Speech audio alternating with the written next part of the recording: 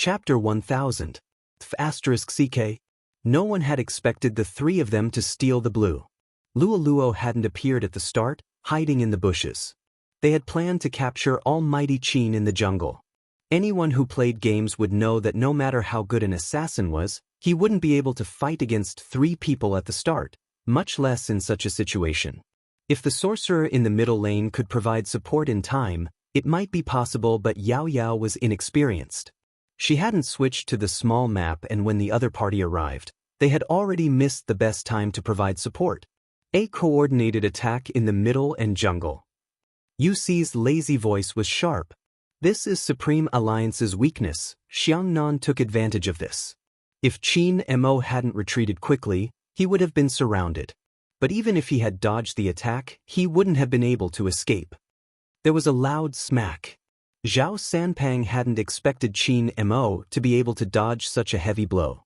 He was starting to doubt his captain's guess. Qin Mo's hand hadn't recovered?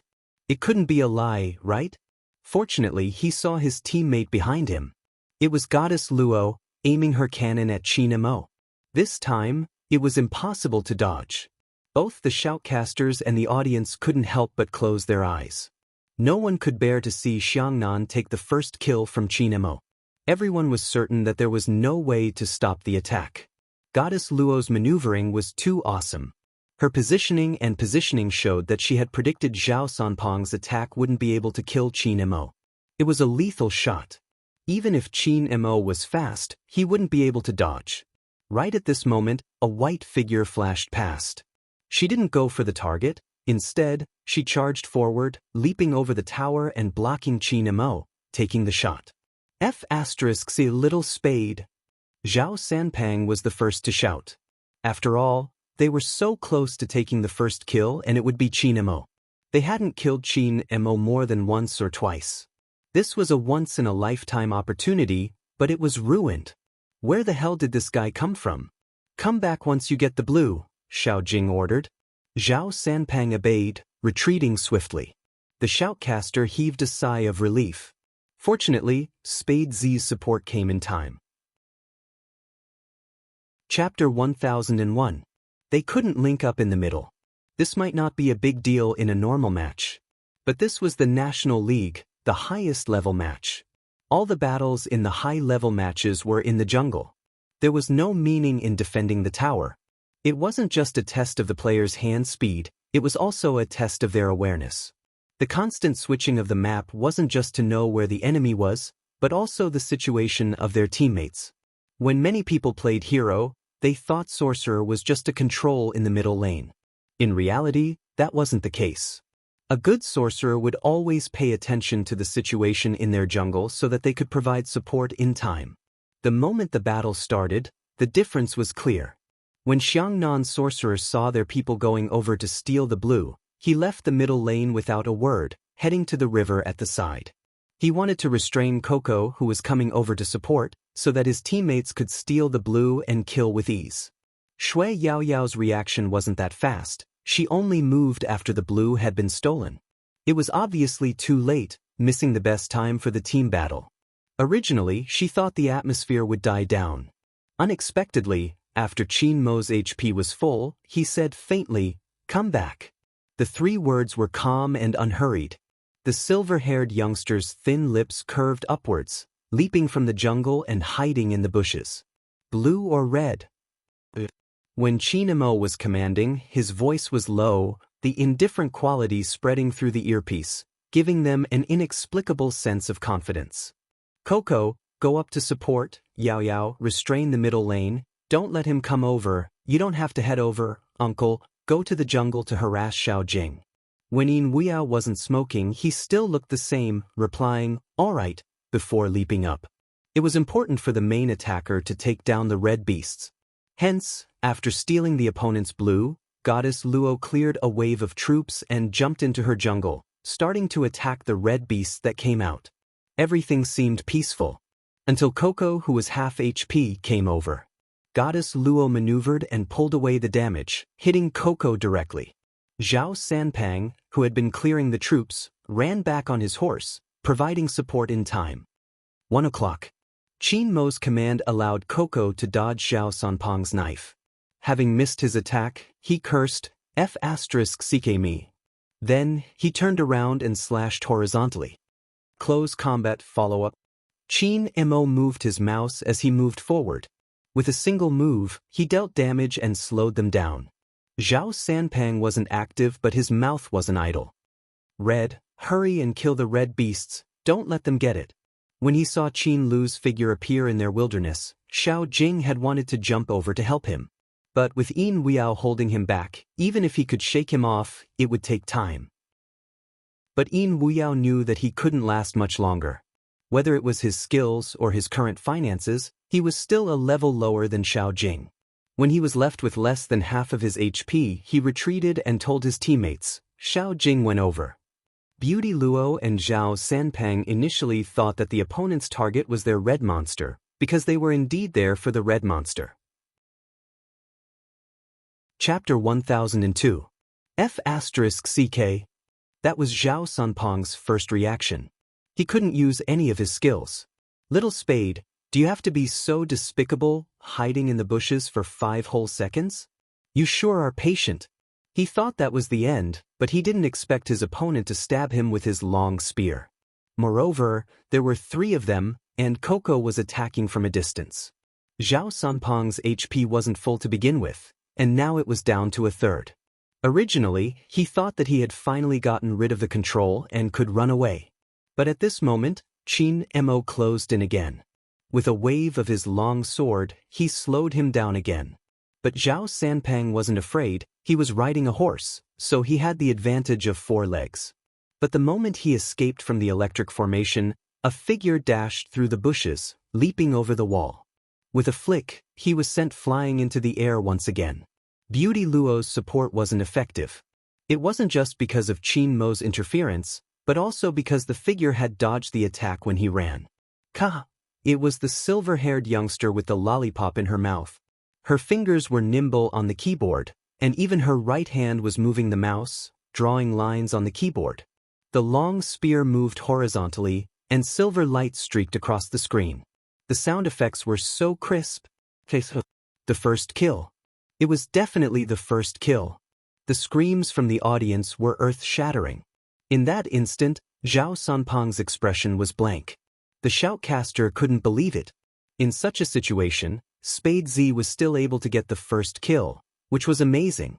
The young man, on the other hand, was retreating to farm as he pressed down on the public speaker. He smirked. This is payback for your attack just now. Compared to stealing red, I prefer the blue you stole from us. After a second, Zhao Sanpeng spat out, what the F***ck?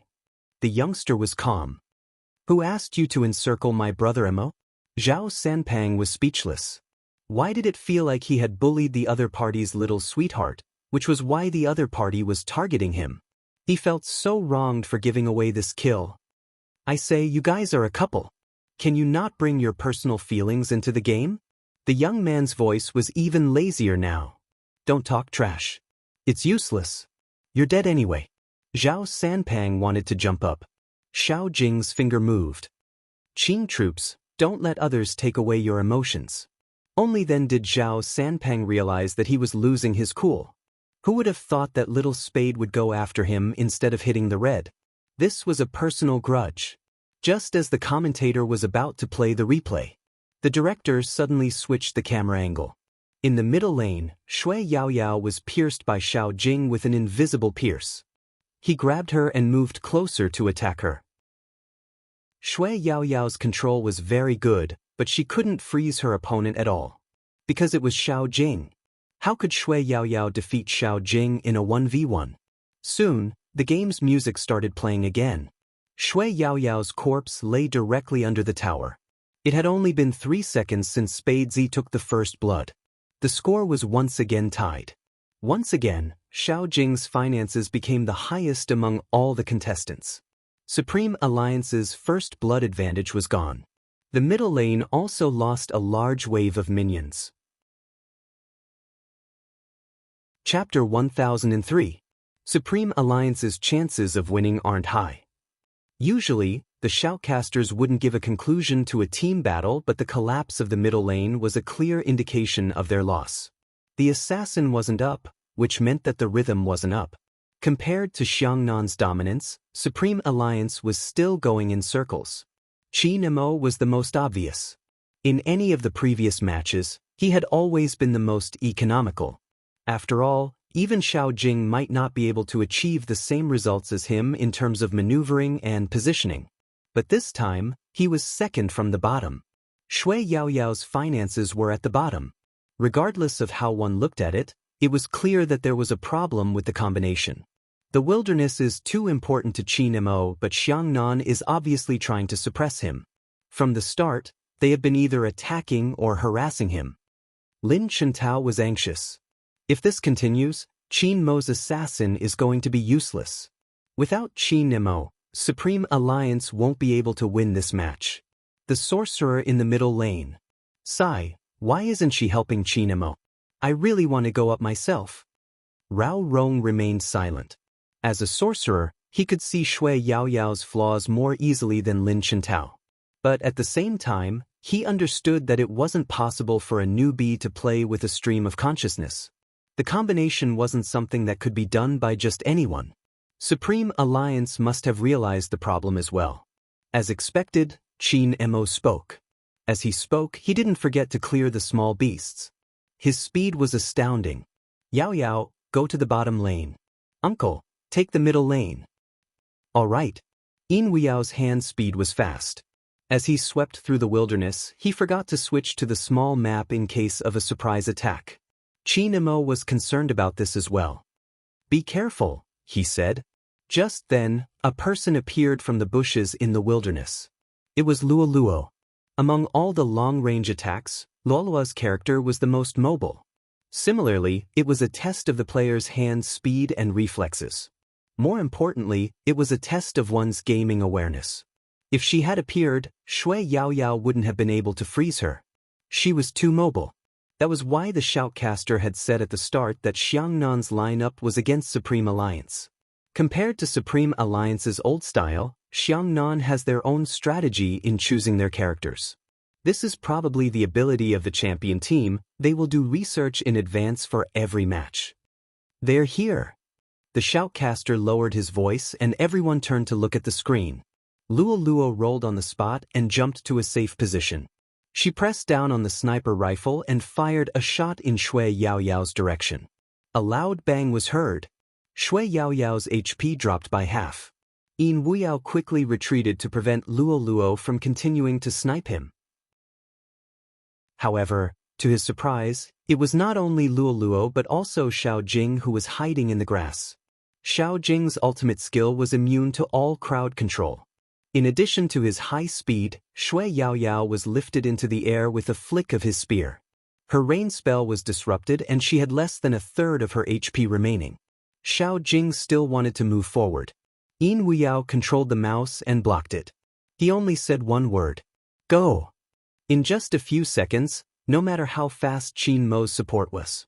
Even if Qin Mo was fast enough, he could only prevent Shui Yaoyao from being killed a second time. But Yin Wuyao, who was surrounded by the three of them and had low HP, couldn't be saved. When the special effects of the K.O. sound rang out, every single one of the fans paused for a moment. Because they knew why Uncle Yin had died this time. With Uncle Yin's maneuvering, he could have escaped. But he allowed Shui Yaoyao to leave first. In just 10 minutes, Supreme Alliance had lost 2 lives. The media assumed that Yin Wuyao's death would cause discord between the fans. Just like Yun Hu and Lin Feng. But this time, no one attacked him. Everyone was looking at the screen. It was because they felt how much their idol cherished his teammates. Shui Yaoyao was the most guilty one. She opened her mouth and said, "I'm sorry." Yin Wuyao smiled. "In the later stages, you will be more useful than me. Don't think too much. With little captain around, the situation will be balanced." Shui Yaoyao replied, setting off again.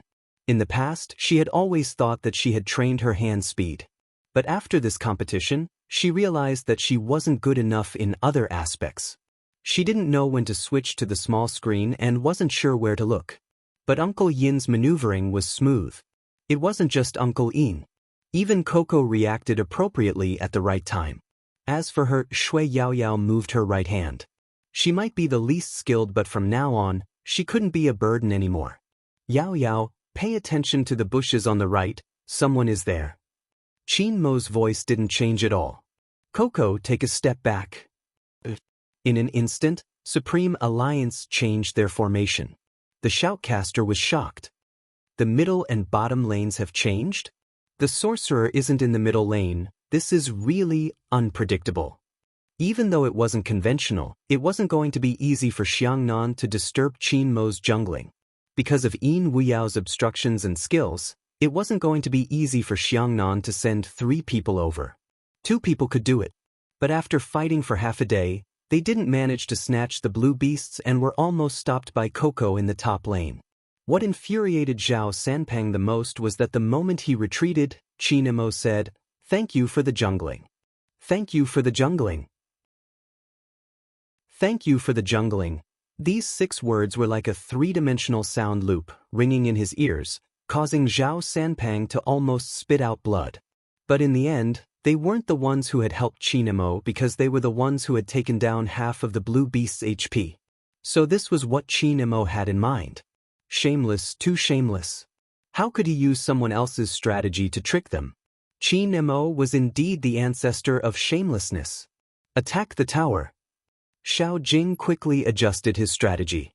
He also found that if they continued to fight like this, it wouldn't be the opponent's rhythm that would be slowed down, but theirs. Qin Mo was really something. Even if his hand was injured, he could still use such a strategy to deal with them. That was interesting. Xiao Jing gave a rare smile. When he appeared on the big screen, the fans of Xiangnan felt a sense of awe. Supreme Alliance seems to be in a better condition. Someone noticed the difference. Indeed.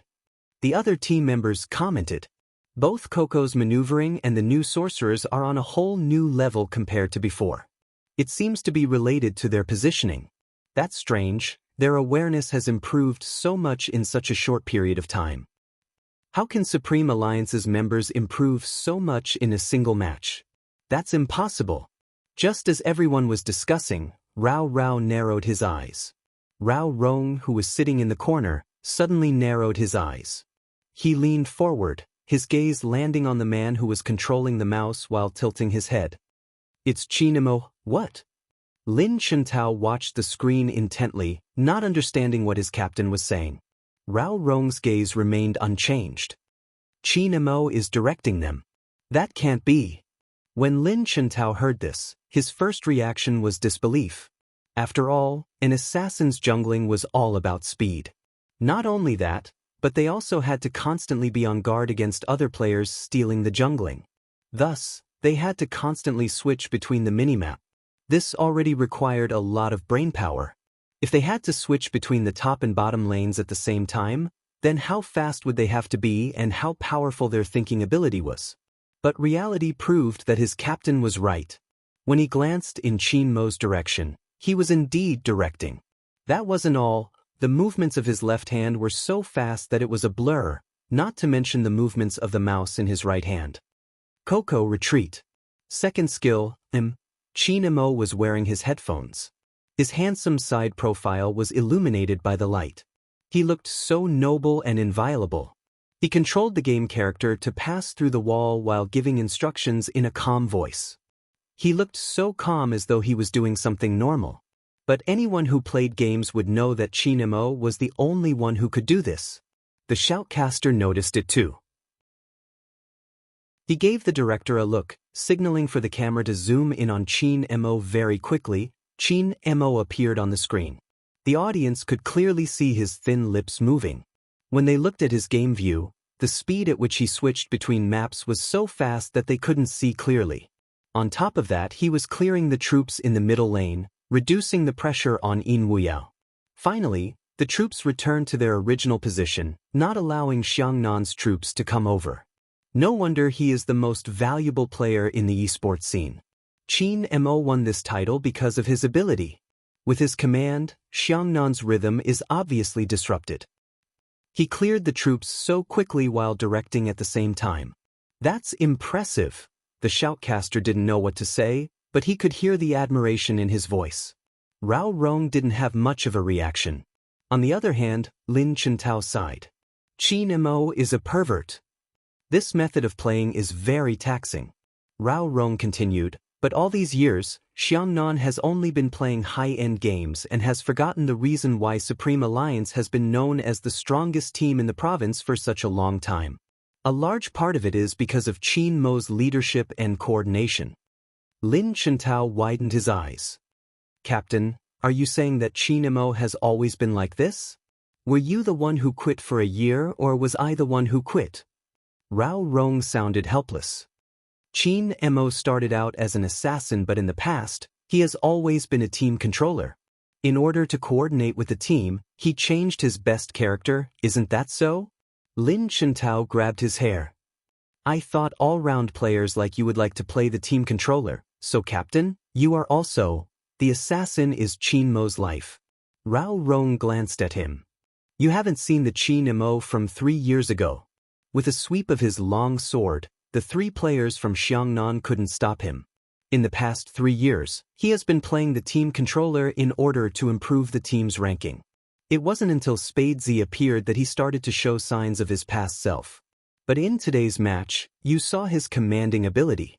In fact, Xiangnan has already pushed him back to his previous style. If this continues, Qin Mo won't be able to beat Xiao in the later stages. Lin Chentao's heart sank as he listened to his captain's analysis. He knew that his captain had never made a mistake in his analysis of a battle.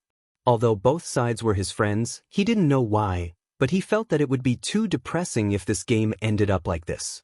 As expected, in the next second, the sound rang out. Once again, the music played. The tyrant of the jungle was killed by Xiao Jing. Before the Xiangnan fans could cheer, Lin Chintao stood up straight. Lin Chintao bolted upright, his hair standing on end as he hollered at the silver-haired youngster. Little Spade, what exactly are you doing? Where are your jungling skills? Where is the strength you used to shoot our tyrant? Are you still asleep? Lin Chintao's shout was too eye-catching. In that instant, it wasn't just the audience, but also the cameras and the team members turned over. It's Lin Chintao. The resentment in his words is too obvious. After all, the last time Supreme Alliance had fought against them, Spadesy had snatched the kill gun too quickly. Speaking of which, he is encouraging Spadesy. A good friend's way of encouraging is indeed different from others. Why did I see my Big Spade's back tremble just now? With Lin Chintao's volume, Big Spade probably heard it. With so many eyes on him, Lin Chintao regained his rationality. He sat down with a burning face and tilted his head. Captain, don't blame me for embarrassing myself. Rao Rong didn't reply. What else could he say at this moment? Fortunately, he was wearing a mask. The shoutcaster hadn't expected such a situation and tried his best to lead the crowd on the right path. With the tyrant's death, the economic disparity between the two teams widened. It seems like no one can stop Xiao Jing's momentum. It seems like Qin Mo alone can't stop Xiangnan's momentum. This will make it harder for Supreme Alliance to make a comeback. I have to say, the tyrant's kill was beautiful. Supreme Alliance's jungling skills are too far from Xiangnan's. The other teams hadn't said the word yet. Just then, the music broke the silence on the big screen. Only one line of words appeared on it. The Dark Dominator has been killed by Red Spadesy. Chapter 1004. Master? The shoutcaster stuttered. After all, he had just said that Supreme Alliance's jungle wasn't strong enough. Who would have expected that in the next second, Spadesy would kill the biggest boss in the jungle and successfully bring out a wave of flying dragons? The shoutcaster had encountered a player like Spadesy. This was a psychological barrier in his career. After a few moments of stuttering, he managed to smooth things over. Spadesy is indeed the king of the jungle. He's really hard to deal with. He's returning the favor. The spectators from the other teams narrowed their eyes. But how long has it been and Spadesy is already able to solo the king? Look at Spadesy's finances. A sharp-eyed person pointed out the data on the screen. Everyone was stunned. Since when was Spade Z's finances on par with Xiao Jing's? Under normal circumstances, when we talk about a person's hand speed, it doesn't just refer to speed, it also refers to the speed at which he can earn money. In the early stages of hero, it depends on who can earn more money. The richer you are, the better your equipment will be. But the most important factor is time. I don't know if you guys have realized, but Spade Z has his own way of playing in the jungle. Aren't they just normal jungling? No, it's different. What's different? I'm not sure about the specifics. Wait, let's watch the replay. For example, killing the king would definitely be replayed. Especially when it was so unexpected. When they switched to Spade Z's perspective, they realized that the youngster's jungling style was indeed different. He's using his second skill to move around and using normal damage to attack the monsters. How is he so fast? It was indeed fast. Everywhere Spade Z went, regardless of whether it was the monsters or the minions, the youngster's speed was inexplicably faster than the others. Spade Z's skill points seem to be connected perfectly. It isn't a problem of the skill points. He knows what he can harvest with a normal attack.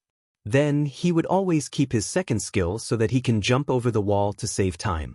Regardless of whether he was escaping or choosing his next target, his speed and explosive power were maintained at their peak. Spade Z really brought his character to life, treating Xiangnan's wilderness as his own. He could come and go as he pleased. Xiangnan used most of their tactics to restrict Qin Mo, but they underestimated Spade Z. It's mainly Spade Z's jungling style.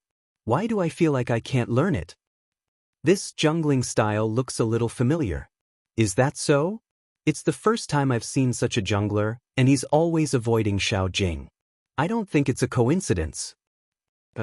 I remember now. Where have I seen such a jungler before? Where? Indeed, there were people who were curious.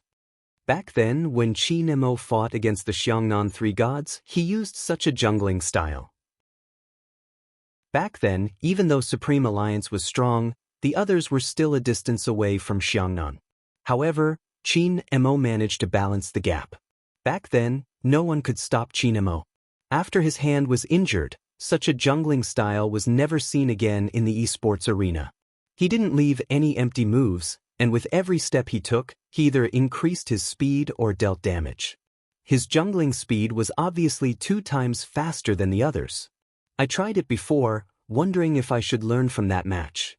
In the end, I realized such a jungling style isn't something anyone can do.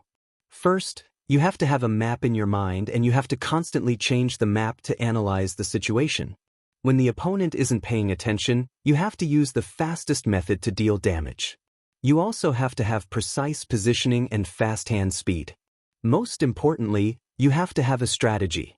I originally thought such a jungling style would never appear again, but I never expected to see it from Spade Z. Xiangnan miscalculated. They shouldn't just be defending against Qin Mo. Xiao Jing noticed the problem as well. He narrowed his eyes.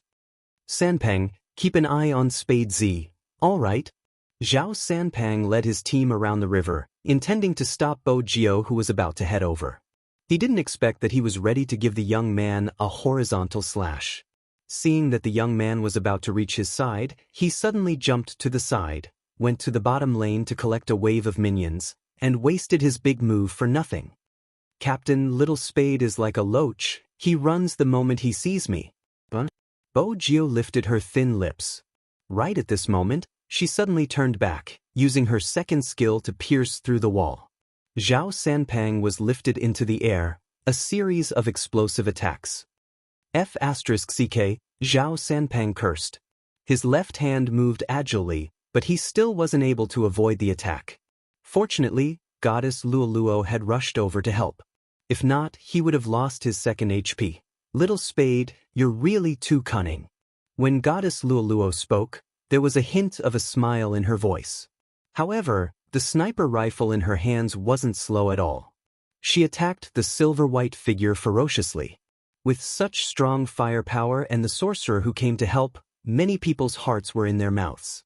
Many people's hearts were in their throats, thinking that Spade Z would be encircled. Bo Jiao didn't have much HP left. Ever since she had appeared, she hadn't returned home to heal. She had been farming in the wilderness. Right at this moment, a figure in white swept across the middle lane. With a sweep of his long sword, an electric formation rose. The two members of Xiangnan were trapped in the middle. They were slowed down and attacked. Only Qin Mo was able to set up such a formation. Comeback. Xiao Jing wasn't late. Luo Luo used her agility to move and dodge to the bottom of the tower. However, the sorcerer from Xiangnan wasn't as fast. He used up his flash, but in the next second, Spadesy turned around and lifted him into the air. Freeze! Qin Mo's voice was calm. Yes. Shui Yaoyao's skill was executed at the right time. The audience watched as the white figure leaped an inch forward. With a big move, Scar of the White Dragon.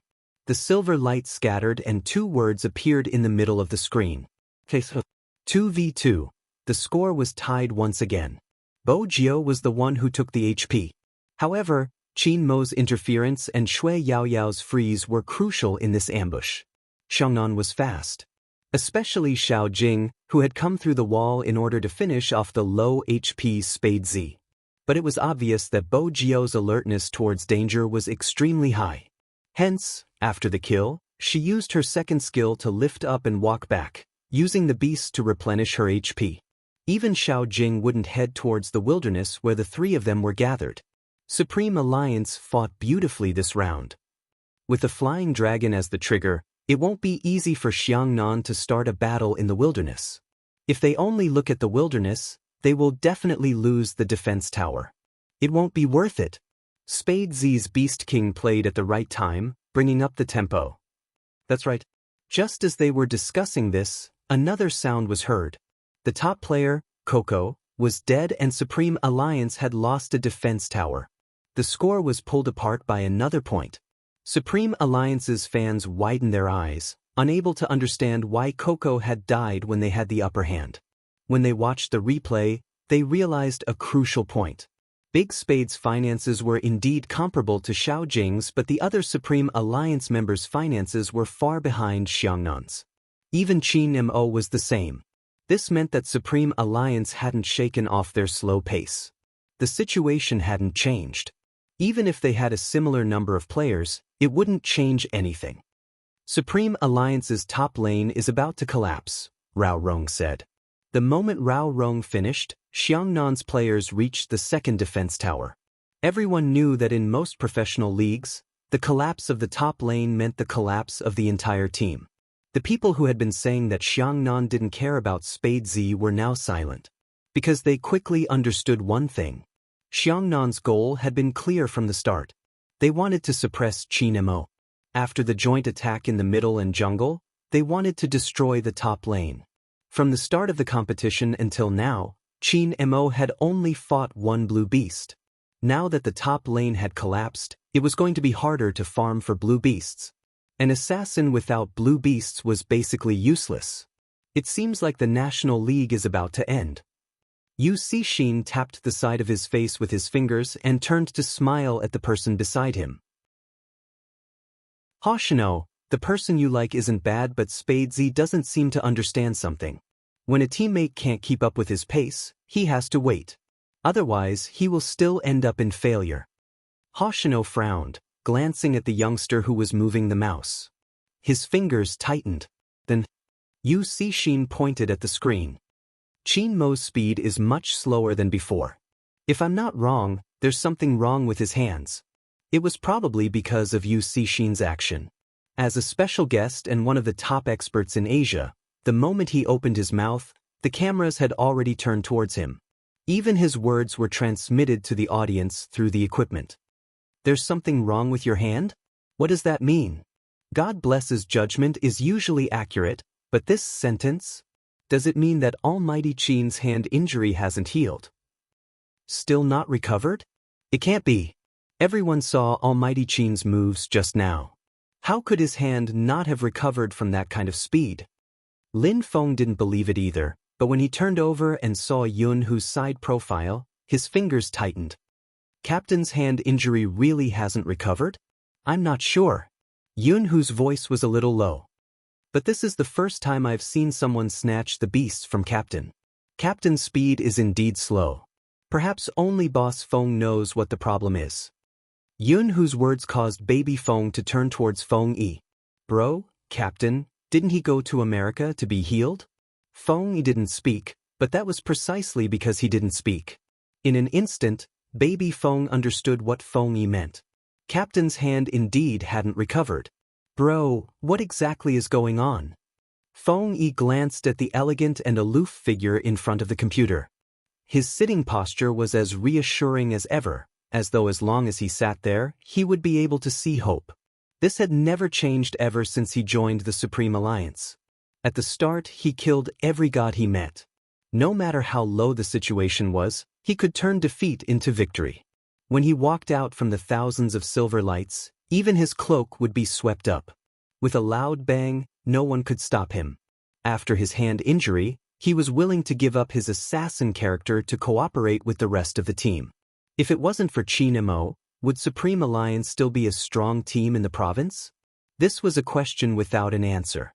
At that time, after the Supreme Alliance lost, many players changed teams. Only Yun Hu was left, who could barely keep up with Qin Mo's speed. At that time, Yun Hu and Lin Feng weren't as independent as they were now. Especially Lin Feng, who was still a newbie. But because of that man, Supreme Alliance had never been able to come down from the clouds. Just how many things were on his body? Feng Yi couldn't finish his sentence, but there was one thing he had to say. In the previous finals, after Supreme Alliance lost, he was worried, especially when Supreme Alliance was caught in the internet storm. With the subsequent opponents, Supreme Alliance wouldn't have been able to reach the finals with just their lineup. Hence, he gave up on the last part of the treatment and chose to return to China. Before he came, the doctor had also told him to relax his wrist and not to use it as frequently as before.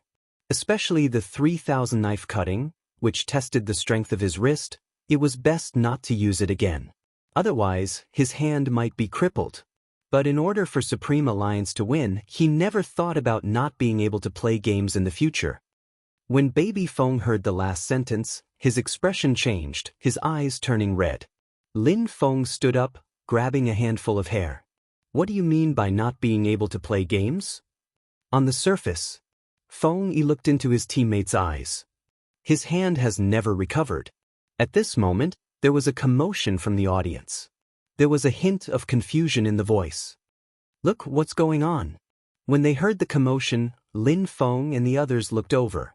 When their eyes met the youngster, they were shocked. Someone asked in confusion, "Why did Spade Z stop?" Chapter 1005.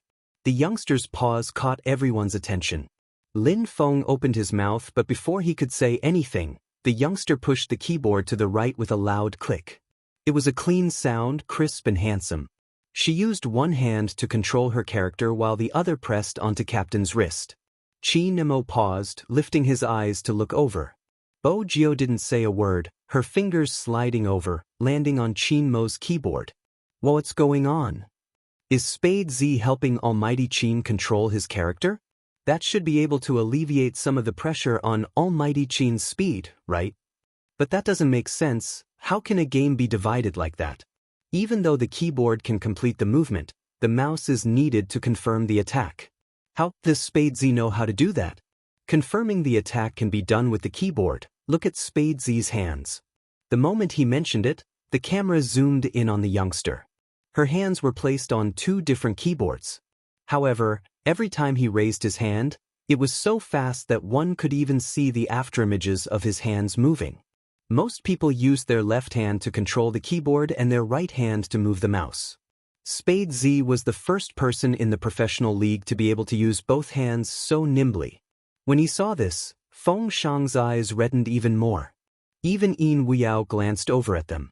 When the two of them leaned against each other, it was as though they were saying, "If there comes a day when you lose the sharpness that you are most proud of, then I would rather transform into a dragon-slaying sword and be covered in blood than see you fall from the altar." Little Captain's playing style. Even his thin lips were pursed. How much did his heart ache for Captain Qin? Yin Weiyao chuckled, his voice entering Coco and Shui Yaoyao's ears through the earpiece. "We should work hard too." Yes, they should work hard too. for the man who had been carrying the entire team on his shoulders. Even if they couldn't win this match, they had to give it their all. When Zhao Sanpang from Xiangnan saw this, his mouth was agape. Xiao Jing paused, starting to attack again. Continue. Zhao Sanpang's voice was hoarse. Little Spade is trying his best to protect Qin Mo. This youngster is crazy. But deep down, he was filled with admiration. From the bottom of his heart, he felt excited to have such an opponent. Little Spade, even if you put on a pitiful act, we won't sympathize with you, Zhao Sanpang shouted, slashing again. Compared to before, his eyes were shining brightly. The youngster's finger landed and with a click, he turned left into the wilderness. His voice rang lazily. Who's suffering? Don't you understand? Brother Mo, don't be affected by this Zhao Sanpang. Do you want this blue dog? I'll help you. Zhao Sanpang. F***ck, why was he so touched just now? This guy was asking for a beating. At this moment, someone suddenly raised a question. Even though Spade Z is handsome, he can't compete like this. Indeed, it was impossible. The moment the youngster moved, the shoutcasters exchanged glances with each other before shifting their attention to the committee. Under such special circumstances, the committee would, of course, have a discussion. However, the discussion was extremely short. It didn't even take half a minute before they shook their heads at the commentator. The next second, a voice rang out. Warning to the Supreme Alliance members, please follow the standard procedure. This is an esports arena. The audience didn't need to think too much to know who the warning was. In reality, this wasn't a popular strategy. It wasn't just a test of one's hand speed, it was also a test of one's calculation and judgment. This way, the pace would definitely slow down. But Bo Jio would rather slow down and fight steadily. In the past, she had wanted to be fast. Now, she didn't have such thoughts. She wanted that person to be unscathed in front of her. The Almighty was supposed to be pampered and doted on. Bo Jio didn't want to retract her hand. Qin Mo tilted his head and looked at the youngster, his lips curving upwards. It was probably the gentleness of his entire life. You're not obedient now that you don't have the candy? Bo Jio's personality was like a fox, but she had a unique stubbornness. Have you forgotten what you promised me yesterday? Qin Mo's gaze deepened. You should be the one leading Supreme Alliance's rhythm. In that instant, Bo Jio stilled. Qin Mo moved his fingers, pushing the keyboard back. The audience watched as Spade Z's ID appeared on the screen. They were stunned for a second. The next second, she swiftly pressed the beasts. In the past, Bo Jio had been increasing her finances alone. Right now, Bo Jio might be slower, but she was able to coordinate perfectly with her teammates. Rao Rong, who was seated among the audience, broke into a sudden laugh. Now that Spade Z's only flaw is gone, it will be difficult for Xiangnan to suppress Supreme Alliance. Only flaw? Lin Shentao wasn't aware of Little Spade's flaws since her name struck fear in everyone's hearts. Rao Rong pointed to the side. In the past, Spade Z was too fast. Sometimes, an assassin would be too fast and would be separated from the backline. When the teammates wanted to support him, they wouldn't be able to move at the same speed, which was the biggest disadvantage in a team battle. But now, Spade Z has learned how to focus his teammates' attacks during a solo battle. His speed isn't fast or slow, and his speed is just right. An assassin with high damage might be strong, but on top of that, an assassin who can understand his teammates and guide them accurately is even stronger. Spade Z doesn't just have Qin Mo's strategy, he has other skills. Hero has never been a solo game. It was as though Rao Rong's words were coming true. The team started on the road. The experienced north of Yin Mountain came to support in time. Even Shui Yaoyao used her teleportation skill to release a rain spell, successfully taking down one of their opponents. The audience could sense something different about Supreme Alliance. Compared to before they entered the arena, no, it should be said that compared to before, they were different. Be it their technique, hand speed, consciousness, or their teamwork. This battle team had become even stronger. The score was pulled back. The top lane, which was on the verge of collapsing, was saved in time. The tempo was now in Supreme Alliance's favor. This was the first time Xiangnan had fought for more than half an hour and it was still a draw. In the previous matches, they had pushed to the city center in less than 40 minutes and the number of kills wasn't even. Besides, Xiangnan rarely used their full lineup. Today, it was the complete opposite. Those who didn't understand games stopped in front of the big screen in the mall because of this match. Perhaps, the things that moved us and made us stay were not because of whose skills were better. Instead, it was because of this exciting match that no matter what kind of situation they were in, there would always be someone by their side. If they won, they would rule the world with them. If they lost, they would make a comeback with them. It was as though they would become braver with their presence. Never abandoning or giving up, this was probably what youth should be like. Not a bad match. While his son was immersed in front of the screen, a father laughed. It's similar to when I watched the women's volleyball team. But what you have to learn isn't how they play, it's their attitude towards life. Do you understand, rascal? Time trickled by. Originally, they thought the advantage was in Supreme Alliance's favor. But after 3 minutes, another line of words appeared on the screen. Another line of text appeared on the screen. The Shadow Dominator has been killed by Team Blue's Xiao Jing. Whoever took down the big boss of the jungle would be able to use the Flying Dragon to assist.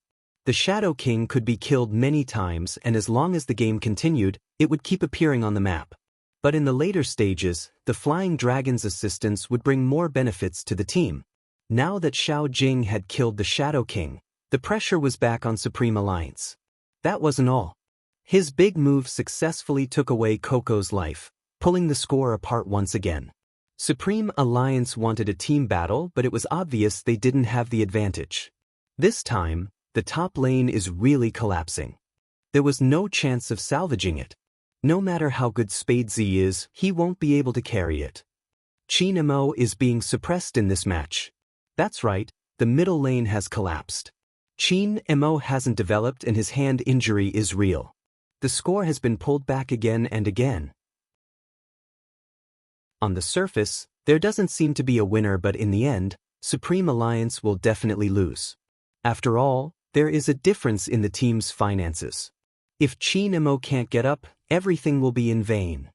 If it had been any other team, Supreme Alliance might have had a chance of winning. But it wasn't any other team, it was Xiangnan, the defending king for 3 years. Beauty Luo's sniper cannon came up and showed off. When the team battle started again, even little Spade lost her life. But before she died, she managed to bring Xiao Jing away. But no one could guarantee that she wouldn't be so lucky the next time. Supreme Alliance wasn't the only one who had grown in this match. Xiangnan was also strengthening. But everyone knew that Spade Z was the first person to be able to bring Xiao Jing away in a team battle. After the two of them revived, they dashed out. During the middle lane battle, Spade Z showed off her 3 skills. She used her second move to attack the sorcerer. When she was at half HP, she turned back and the others chased after her. But at this moment, the youngster moved her mouse and changed her direction. She jumped back and used her big move on Xiangnan's sorcerer. Beautiful. Even the players from the other teams couldn't help but give a thumbs up for this wave of maneuvering. Especially when the 2 Xiangnan players tried to stop Spade Z, she leaped to the side and leaped over the wall, returning to her own jungle. The tank player from Xiangnan sped over. Since Spade Z only had 1 HP left, he could kill her with a big move. But where was she? The player frowned. Usually, when players were low on HP, they would want to run to safety. The faster they ran, the better. It was a human instinct. But it was obvious that the youngster wasn't running. Everyone watched as the figure hid in the bushes. She didn't return to the city and seemed to be waiting for something. Spade Z is waiting for his big move. That can't be. Big Spade is trying to counterattack. He's a tank with thick skin. Let's watch. Everyone was nervous, especially when the tank player from Xiangnan was about to reach Spade Z. Everyone held their breaths. The tank seemed to have realized something. He was about to attack the bushes when a silvery white figure jumped out. A silver-white silhouette jumped out just like that. First, the second skill sent him flying, followed by a critical attack. Right at this moment, everyone saw the long spear in the youngster's hands. The silver gleam flickered, and every time she attacked, it was obvious that the spear wasn't an ordinary weapon. No one had expected Spade Z to have such an equipment at the later stages of the game. The moment the armor was activated, the white dragon was in her hands. Even the footprints on the ground looked like the shadow of a dragon. It was extremely cool. But everyone felt that Spade Z wouldn't be able to kill the tank with just that. The difference in HP was too huge. Even if Spade Z used her lifesteal, it would still take a lot of effort. But right at this moment, the youngster moved her mouse and retreated. Another figure suddenly appeared behind her, using a sword as a formation, trapping the Xiangnan player in the middle. She wasn't just waiting for the big move, she was also waiting for Qin Mo. When the time was right, the youngster would go up and use her second move to attack. The earth-shattering music started playing again. Double kill with half HP. It seemed like a long time, but in the game, it only took a short 10 seconds. Spade Z's maneuvers were really amazing for Xiangnan. The number of kills caused an uproar in the crowd. But before the youngster could return to the city, a silver light shone from the jungle on the upper side of the middle lane. KO, double kill, 3 kill. Sound effects came one after another, like ice water falling from the sky, extinguishing Supreme Alliance's newfound enthusiasm. 3 kill. It didn't just mean that Coco, Uncle Qin, and Yao Yao had died twice. It also meant that Xiao Jing was starting to become unstoppable. This is Xiangnan's true lineup. The next 5 minutes will be crucial. Rao Rong's voice was calm. If Supreme Alliance can't hold on for the next 5 minutes and Qin Mo hasn't recovered by then, even if Spade Z can balance the tempo, she won't be able to stop Xiao Jing. He is already at his peak. Rao Rong wasn't the only one who noticed it. The other teams that had crossed hands with Xiangnan could all see it. This time, Supreme Alliance probably wouldn't have a chance to turn the tables. After all, Qin Mo wouldn't be able to. However, just as this thought surfaced, someone stood up, his eyes filled with disbelief. Someone stood up, his eyes filled with disbelief. Look at Almighty Qin. Chapter 1006. It was probably because that person's voice was too excited, and after hearing the sound he immediately turned around. Even the shoutcaster shifted his gaze towards Qin Mo's character, much less the people sitting beside him. The announcer reacted quickly, immediately switching to Qin Mo's perspective. The character on the big screen was enlarged, along with the 3 wild bosses. 3 monsters? Almighty Qin is fighting 3 monsters at once. F***CK, F***CK, F***CK, I can't take it anymore. That's so cool, how did he do it? Everyone who played the game knew that killing bosses in the Blue Baba Wilderness to gain experience was basically done solo.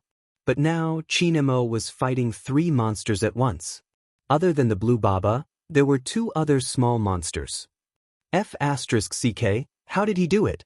That was what everyone wanted to know the most. They looked at the handsome sweep that was completed in a few seconds. It was a godly skill in positioning and damage output. Wherever the long sword passed by, a silver light would shine. Even the figure in the white robe was like a sharp sword that was unsheathed, the beautiful brilliance rising from the screen. The 3 wild monsters fell almost at the same time. The audience's expression seemed to be enchanted. They were all stunned. He can fight in the jungle like that? Someone couldn't help but ask. After all, everyone was a gamer, but it was rare to see 3 wild bosses fighting together. The shoutcaster knew that the most important thing now was to answer the audience's doubts. He reached out and pressed the microphone in front of him. It's not impossible to fight 3 wild bosses at the same time, but very few people can do it. Let me explain the theory here. Qin Mo should have attacked each of the wild bosses, then used the aggro value to make them run away from their original positions and gather in one direction. We can take a look at the position Qin Mo was standing at on the map. This position is very particular, it can't be any more or less. This isn't just a test of a person's positioning, but also his familiarity with the jungle map. Alright, there's also his hand speed. Other than these, he has to calculate his moves. Qin Mo's electric formation was placed directly in the middle of the 3 wild bosses, This created a chain of aggro control. When the three wild bosses are electrocuted, they won't return to their original positions. Then he followed up with a sword formation move, instantly killing the monsters. From what you've said, you can do it too. The other commentator couldn't help but laugh. The shoutcaster shook his head. He has practiced, but it's too difficult to do it. His maneuvers are unbelievable. He managed to deal such damage with a hand injury. Xiangnan should be thankful that he met Qin Mo after his injury. Listening to the shoutcaster's words, Qin Mo's fans who had liked Qin Mo for many years were the most moved. Because they knew very well how unstoppable the person sitting in front of the computer and moving the mouse was. Qin Mo is waking up. This was the first thing Rao Rong said when he saw the screen. When Lin Chintao turned to look at him, he realized that his captain was clearly different from before. His face and clenched fists were too similar to the person he had seen in the past. Back then, he was just like this, his eyes gleaming. Just by standing there, he could make people yearn for him. Sure enough, even if the captain didn't participate in this match, it was still very important to him. After all, it was a battle between Qin Mo and Xiao Jing. Interesting. Yu Cixin supported his chin with his fingers, a meaningful smile forming on his face. Farming three beasts at the same time? Hoshino tilted his head, his expression unchanged. You seem to have been practicing this recently. Yu Cixin met his gaze devilish. I already know how to do it. Qin Mo's hand is injured. Yu Cixin arched a brow at Hoshino's words. That's why I said it's interesting. Even with a hand injury, he was still on par with him. Qin Mo was indeed a person that people wanted to challenge, but it was a pity. It was all temporary because he wasn't sure if his hand would be able to compete in the future. Supreme Alliance's situation is about to turn. Hoshino's eyes were filled with a smile, like a gentleman.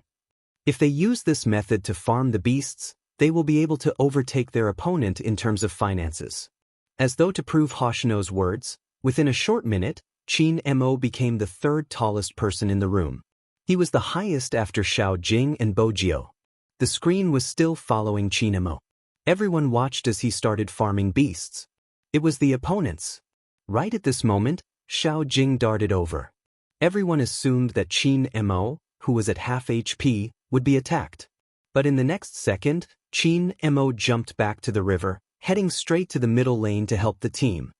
F***CK, Almighty Qin's maneuvers are amazing. That was what the audience saw on the surface. But the professional players saw the essence. Qin Mo's focus wasn't on farming beasts, he was using his big move. As soon as he finished his sentence, on the screen, the white figure darted past the line of soldiers, his long sword sweeping across. The sky was filled with brilliance. 3 swoosh swoosh swoosh swoosh swoosh swoosh swoosh. First kill. Double kill. Triple kill. A total of 3 kills. He only had half a tank of HP, but he managed to take down 3 enemies. 3,000 knife cutting. These 4 words were like medicine that made their blood boil, appearing in everyone's heart at the same time. But the real 3,000 knife cutting wasn't over. The electric formation was set, the line of soldiers cleared, the long robe fluttering, leaving only a dragon and phoenix in the human world. But Qin Mo's situation was unavoidably dangerous since his HP was low after the fight. The sorcerer could take his head with one big move. But just as the formation was about to land, Qin Mo used his second skill and jumped back to the starting point. No one could even touch him. D****. Xiangnan sorcerer didn't want to describe his feelings, he felt as though he had been showcased. They couldn't even catch him. The atmosphere was filled with deafening cheers because of Qin Mo's maneuvers. But right at this moment, someone jumped out from the bushes. It was Xiao Jing, his long spear stabbing forward. Bojio was far away and couldn't come over to help. The others couldn't match Xiao Jing's speed. Moreover, after killing Qin Mo, he used his second skill and jumped back to the defense tower. A voice came over. You won't die just like that, you won't bleed after your third kill. Plotting against me? Qin Mo released his mouse, his lips lifting as he waited quietly for his revival. Zhao Sanpang had revived earlier than him. He rode out on his horse and slashed down with his blade, not forgetting to quarrel. Compared to you, our leader has fewer tricks. Let me ask you, do you have the ability to fight me one-on-one? Qin Mo gripped the mouse once more, his expression calm. After the competition, I'll fulfill your wish to be slaughtered. F***CK. Zhao Sanpang felt that it was fine if he had a lot of tricks up his sleeves, but he was so difficult to deal with in a quarrel. Xiao Jing tilted his handsome face. Watch the wilderness, he's about to rise. There was no need to think about who he was. Everyone knew. Everyone was speculating what would happen if Qin Mo's hand wasn't injured. Even Bo Jiu was thinking about it. But compared to the others, Bo Jiu knew that using the 3000 knife cutting was a waste of his hand. Outside the arena, Feng Yi furrowed his brows, his eyes filled with worry. If young Master Qin did this, he might not be able to play in the future, but that wasn't the case. He wouldn't be able to defeat Xiangnan. That was why he was betting his entire esports career, for the glory his team had been striving for all these years. Lin Feng wasn't dumb, he could tell. His throat was dry. Captain, Feng Yi remained silent. Lin Feng stood up abruptly, clenching his fists tightly. Brother Feng, I remember when I first joined the team that Supreme Alliance is different from the other teams. If you feel that this competition is driven by benefits, you can choose to forfeit. We're not going to continue this competition. Captain's hand will be crippled if we continue fighting. Feng Yi froze. He reached out and pinched his glabella. Let me think about it. More than half of the team members have to agree to forfeit the competition. That's the authority. Count me in. Yun, who placed the mineral water bottle down, glancing up. Me too. It was Feng Shang's voice, firm as a rock. It wasn't just the three of them, even the team members sitting in front of the computer felt the same way. Hence, at that moment, Coco, Shui Yao Yao and even Uncle Ian turned to glance over. Feng Yi watched the group of people in front of him. He knew better than anyone else how much effort they had put in for the National League. His younger brother, the one who didn't even dare to say a word in front of outsiders, went to the internet cafe every day to help out. He wanted to familiarize himself with the playing style of more people in the game, and thus improve himself. Yun Hu and Lin Feng had waited for 3 whole years.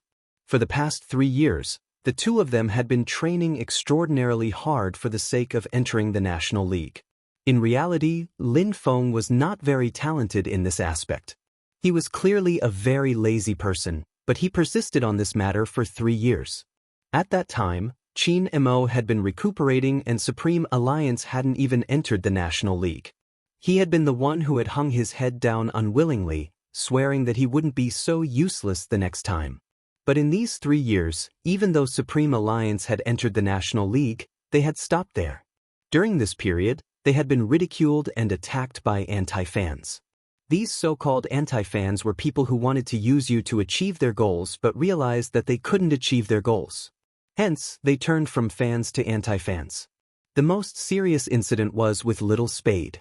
Some people didn't like the internet because there would always be people on the internet who were unscrupulous. The deepest violence wasn't verbal abuse.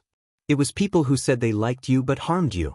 At that time, others didn't know, but as the manager, he knew.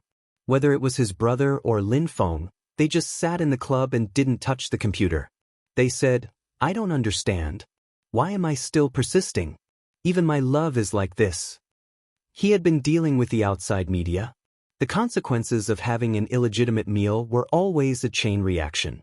He had been forced to run around, to prove the truth of Supreme Alliance. Fortunately, no one had been defeated, even after going through so much. They had been lost, they had been sad, and they had even given up on themselves. But in the end, they still stood in front of the public in their best state. Because their goal was to be the first in the National League. After losing so many times, they would work harder than others. They wanted to win. They wanted to win back all the glory they had lost. Today, the chance had finally come. But Lin Feng and Yun Hu, no, everyone, including Yin Wuyao who had waited for so many years, had decided to stop the competition and give up on this opportunity. They wanted to win the competition. But compared to the competition, the captain's hand was more important. The intelligent Feng Yi, of course, understood the meaning behind their gazes. All right. Feng Yi put down his hand and smiled like a prince. Since you insist. He walked toward the organizing committee. Feng Yi was still the same, the director of Supreme Alliance in a suit, full of business skills. Everyone said that no one would be able to gain an advantage from this person. Supreme Alliance had been able to go so far because of Feng Yi. He was smooth and slick, dealing with all sorts of matters. At this moment, when he closed his eyes, he could recall the arrogant youngster from back then. He had reached into his pocket with one hand and tossed a card to him. Form the team, we will be the National League champion this year. Seriously? Feng Yi shook his head, a smile on his lips. He had never told this group of people. They had already shown him what a National League champion should be like. Everyone watched as Feng Yi walked towards the committee, but they didn't know what he was going to do. But at this moment, the director of Supreme Alliance was going to the committee? Just this piece of information was enough to divert the attention of the audience. The camera couldn't be shifted away, but the two commentators looked at each other after seeing this scene. They had a feeling that something special was going to happen in the match. At this moment, they had a vague idea of what was going to happen. Lin Chintao didn't understand. What's Feng Yi doing there now? Supreme Alliance will probably give up on the competition. Rao Rong's gaze had never left Qin Mo. At this moment, he broke into a smile. Sometimes, I have to admit that even though Feng Yi likes to earn money, he isn't stingy when it comes to Supreme Alliance. Lin Chintao frowned. Give up on the competition? Supreme Alliance is in a good state. If this continues, they might win. If this continues, Qin Mo's hand might be crippled. Rao Rong's words caused Lin Chintao's eyes to widen. Was that the case? This should be the decision of all Supreme Alliance members to give up on the competition. Lin Chintao finally understood, turning towards Lin Feng who had just stood up. Supreme Alliance was indeed a team that people wanted to join. Chapter 1007. It was just a way to end it. Wasn't it a pity? Lin Chintao's eyes followed Feng Yi's figure to the committee. He saw that Feng Yi was about to speak to the person in charge. There was a loud click. The youngster in front of the computer pressed down on his wrist for the second time. But this time, Bo Jiu didn't use one hand to relieve his stress because it wasn't allowed by the competition rules. Brother Mo, do you trust me? This was the young man's voice. It was light and deep, and it was transmitted to everyone's ears through the earphones. I do. Two words were Qin Mo's answer. His deep gaze landed on the youngster before returning to his wrist. Bo Jiu pressed down on his hand, her gaze focused. Just as you said, I will control Supreme Alliance's tempo. I will beat Zhao Sanpang until he calls me daddy. Don't worry. Qin Mo watched as the youngster spoke seriously. Her silver hair was messy and she was wearing the earpiece.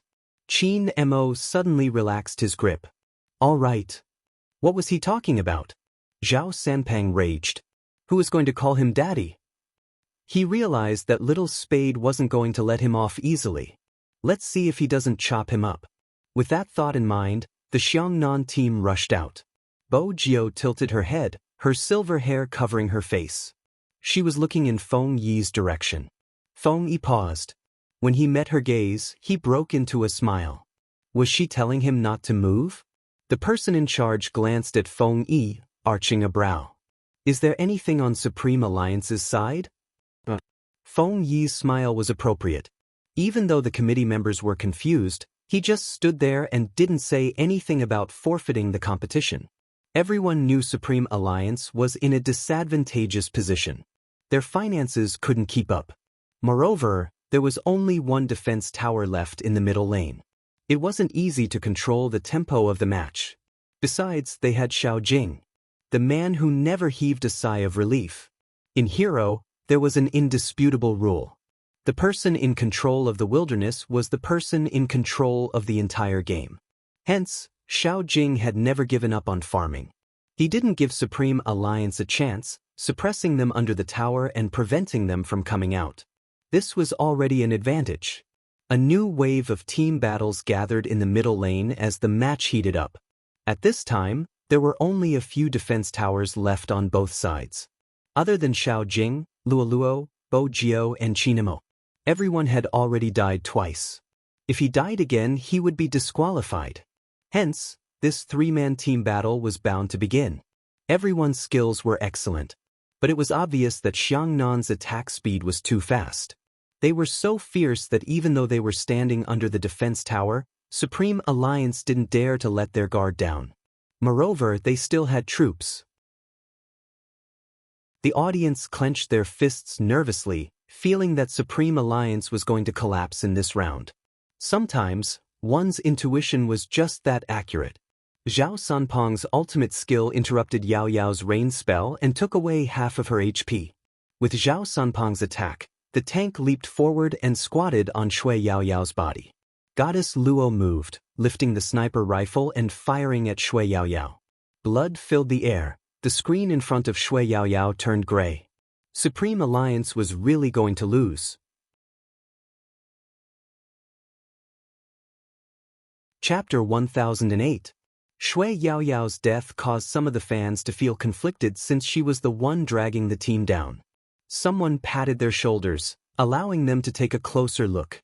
Some of the fans then realized that Shui Yao Yao had died because she had blocked a big move for Yin Wuyao. Otherwise, Yin Wuyao would have been the one to be eliminated. In that instant, the crowd couldn't describe their feelings. On the screen, Supreme Alliance's 5 members had been reduced to 4. This meant that from now on, it was no longer a 50-50, but a 40-50. At this point, everyone realized that there was indeed a problem with Qin Mo's hand. If not, his wrist wouldn't have been so swollen. Even so, he didn't let go of the mouse. He coordinated with Yin Wuyao's operation, setting up an electric formation to fend off Zhao Sanpeng, who was about to rush in again. When an ordinary person's wrist was injured, even typing would hurt, let alone playing games. But Qin Mo's maneuvering and positioning were so precise that it was admirable. Everyone's gaze shifted to his face.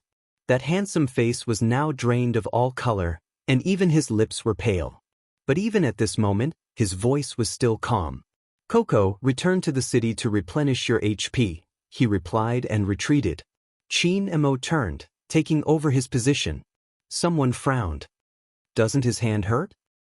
"It can't be, you can tell from his expression. But Supreme Alliance can't hold on much longer, the middle lane is about to collapse." Indeed, with one less member, how could they withstand the concentrated firepower of 4 opponents? For people? What about Xiao Jing? Just as the director realized the problem, he switched the camera angle. Everyone looked at the screen with a change in their gaze. Almighty Xiao is fighting the Beast King.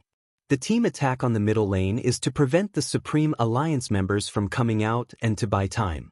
There are only 4 Supreme Alliance members now. With Xiao Jing fighting the Beast King and the Flying Dragon's support, Supreme Alliance won't have a chance to turn the tables. The Beast King has less than 1/6 of his HP left, the outcome is set. But at that moment, a figure suddenly appeared from the bushes behind. A silhouette suddenly leapt out from the bushes behind him.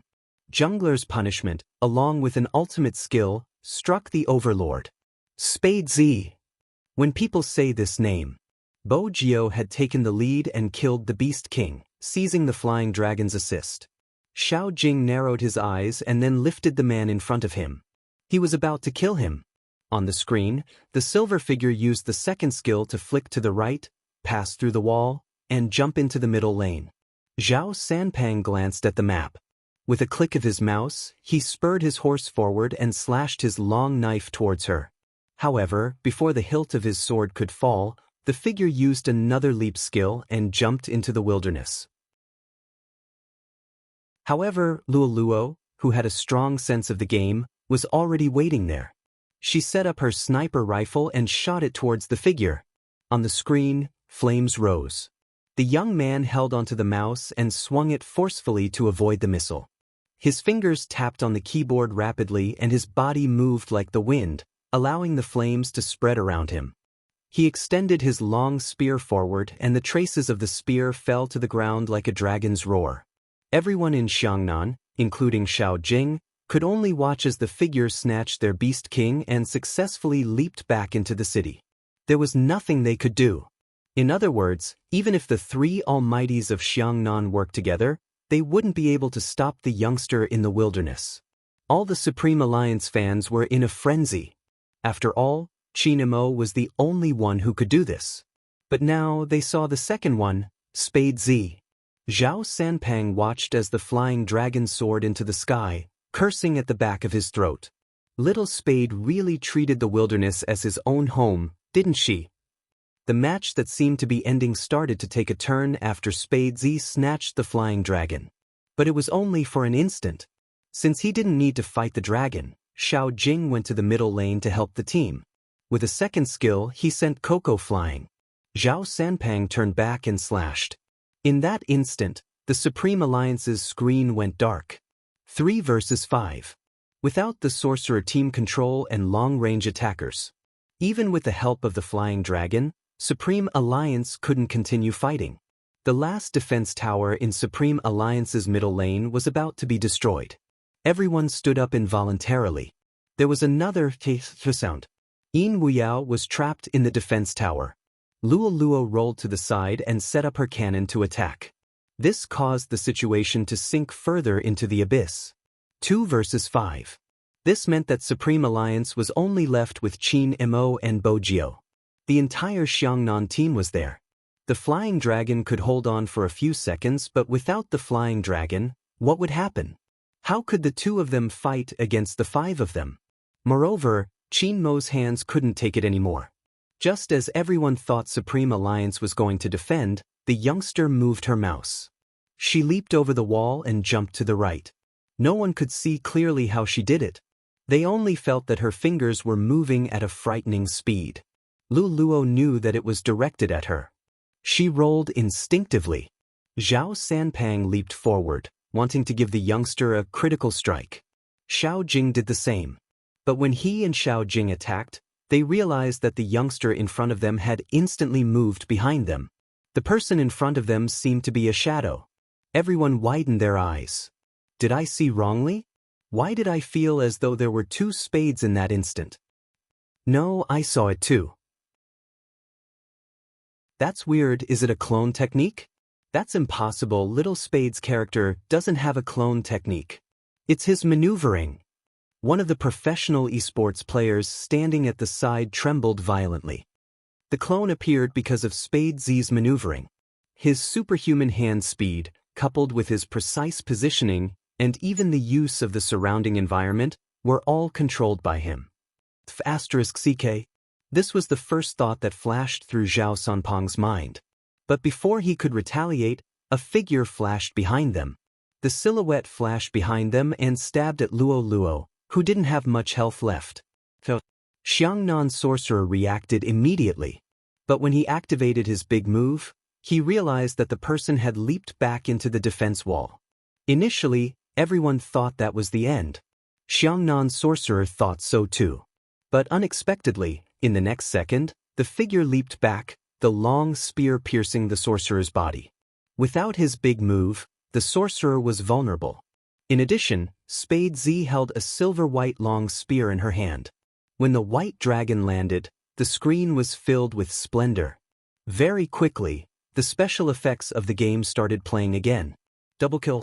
But this time, Spade Z didn't manage to leap back. Because Xiao Jing had sent her flying into the air. At this moment, Zhao Sanpang reacted. He raised his sword, about to land on Spade Z, who didn't have much HP left. The audience couldn't bear to watch this scene. But at this moment, the white robe fluttered and the sword formation was activated again. Everyone from Xiangnan was slowed down by the electricity, including Zhao Sanpang. In front of the computer, the youngster moved the mouse. This time, Bo Jiao didn't jump back. Instead, she jumped behind Zhao Sanpang, to the right. What is he trying to do? Very quickly, the audience had their answer. He was at the edge of the electric formation. The youngster's fingers were tapping on the keyboard. Her speed was so fast that one could see the afterimage of her movements. Her godly movements looked as though she was widening the distance between them, but in reality, she had turned around and sent Zhao Sanpang flying. That kind of killing scene, the special effects that came out were dazzling. No one could even understand how the youngster moved. It was too fast, so fast that the shoutcasters didn't even have time to react. The numbers on the screen were broken by the sound effect once more. Double kill. Xiao Jing was still being restrained by Qin Mo. When he heard the sound, he wanted to dash towards the youngster. Bo Jiu turned. After sucking the blood, she didn't seem to have any intention of keeping her gun. A white dragon roared, striking the tank trapped under the tower. Coupled with Qin Mo's damage, everywhere the spear went, it was all reverse scales. Of course, Xiao Jing wouldn't allow her to succeed. He leaped forward again, striking her. Xiao Jing seemed to have a cheat code. He seemed to know which direction Bo Jiu would jump in. He reached out with his long gun, sending her flying, cutting off her path back to the city. This time, Bo Jiu was left with 1/6 of her HP. On the screen, silver strands of hair fell, covering the youngster's eyes. Just as everyone thought it was over, Bo Jiu moved her fingers. Bo Jiu moved her fingers and dashed into the bushes in the wilderness like the wind. He can't hide like that, right? No, he isn't hiding. If he isn't hiding, then what is he doing? Waiting for his big move. The speed of the conversation couldn't keep up with the pace of the game. In that instant, everyone saw the screen in front of the youngster flash. The next moment, a critical attack was launched, hitting the tank who was left with 1 drop of HP. Then she retreated. The white dragon landed on the ground, the sound effect playing again. Instantly, everyone stood up, including Hoshino, who was originally sitting in the VIP seat. In that moment, his gaze was darker than anyone else's. He looked at the youngster on the field, a rare ripple in his eyes. Double kill. The tank wanted to squash Spade Z. But when he saw Spade Z's face, Spade Z. But he didn't expect the youngster to be real. She moved like a shadow, and when he got close, the youngster had already dodged his attack, closing in on him. In that moment, his hands seemed to have been shaken. He forgot how to dodge. When he regained his senses, he realized that it wasn't that he forgot to dodge but that he couldn't. That person's maneuvering wasn't something he could dodge at all. He could feel it, but his hands couldn't keep up. Be it the explosive force or the person's speed, it gave him unprecedented pressure. It was as though the person standing in front of him wasn't the new player king. Chapter 1009. But even so, the youngster didn't seem to have any intention of stopping. The crowd watched as the figure dashed towards Xiao Jing. Even Rao Rong was shocked. He's going to a head-on battle. With less HP than Xiao Jing, he was going to fight Xiao Jing head-on. Everyone in the audience was shocked by this scene. That was Almighty Xiao. Even though Spade Z was indeed powerful, could he really defeat Almighty Xiao? That's it, little Spade, that's it. Lin Feng's voice rang out. Everyone's gaze landed on the youngster. He had so little HP. But regardless of whether it was Shui Yao Yao, Feng Shang, or Yin Wuyao, the trust in their eyes. It made everyone's blood boil. But Xiao Jing was Xiao Jing after all. He retracted his fingers and followed up with a critical strike, breaking the youngster's rhythm completely. Then he raised his spear, like a sharp blade, causing damage wherever he went. The youngster's HP dropped, and he started dashing towards the wilderness, looking like he was escaping in a panic. Everyone's hearts were in their throats, hoping that Big Spade would survive. But everyone knew that he was Xiao Jing, and he wasn't someone that anyone could get rid of just because they wanted to. The youngster seemed to be aware of this. With a move of his fingers, he jumped towards the wild tyrant boss. Xiao Jing followed closely behind. But the next moment, something unexpected happened. The Tyrant of Darkness was triggered, and in that instant, the damage landed on Xiao Jing, who was following closely behind. The Tyrant boss, whose aggro had been pulled, stretched out its claws, and the damage was unimaginable. At this moment, the youngster had already jumped into the safe zone. Xiao Jing, on the other hand, was caught by the claw. He was knocked out, and his HP dropped by half. On the screen, the youngster's figure froze. Then he jumped back and bit the claw. While Xiao Jing was knocked out, he raised his spear and summoned a white dragon. 3,000 rays of silver light fell. In that instant, Xiao Jing dealt his own huge damage. There was a loud crash. The youngster collapsed in the sky full of silver light. The fearless figure in the wilderness couldn't get up anymore. The young man let go of the mouse in his hand, and his silver hair fell down. No one could see the expression on his handsome face. Just as some of the fans lowered their hands in regret, another deafening sound effect appeared in his ears. 5 kills. That's right, a pentakill. Other than the youngster, Xiao Jing was also lying beside the tyrant boss. In that instant, the cheers almost overturned the roof. Some people couldn't believe it and covered their mouths with their hands. That move just now, that was 3,000 knife cuts. Almighty Qin's 3,000 knife cutting. There were still traces of the white dragon's shadow on the screen, which were left behind by the spear. No one dared to believe it. To think that one day, someone could use Almighty Qin's electric array to execute the 3,000 knife slashes. All of the pro players knew that it was impossible. Unless this person could not only keep up with Qin Mo in terms of speed, but also accurate positioning and chemistry.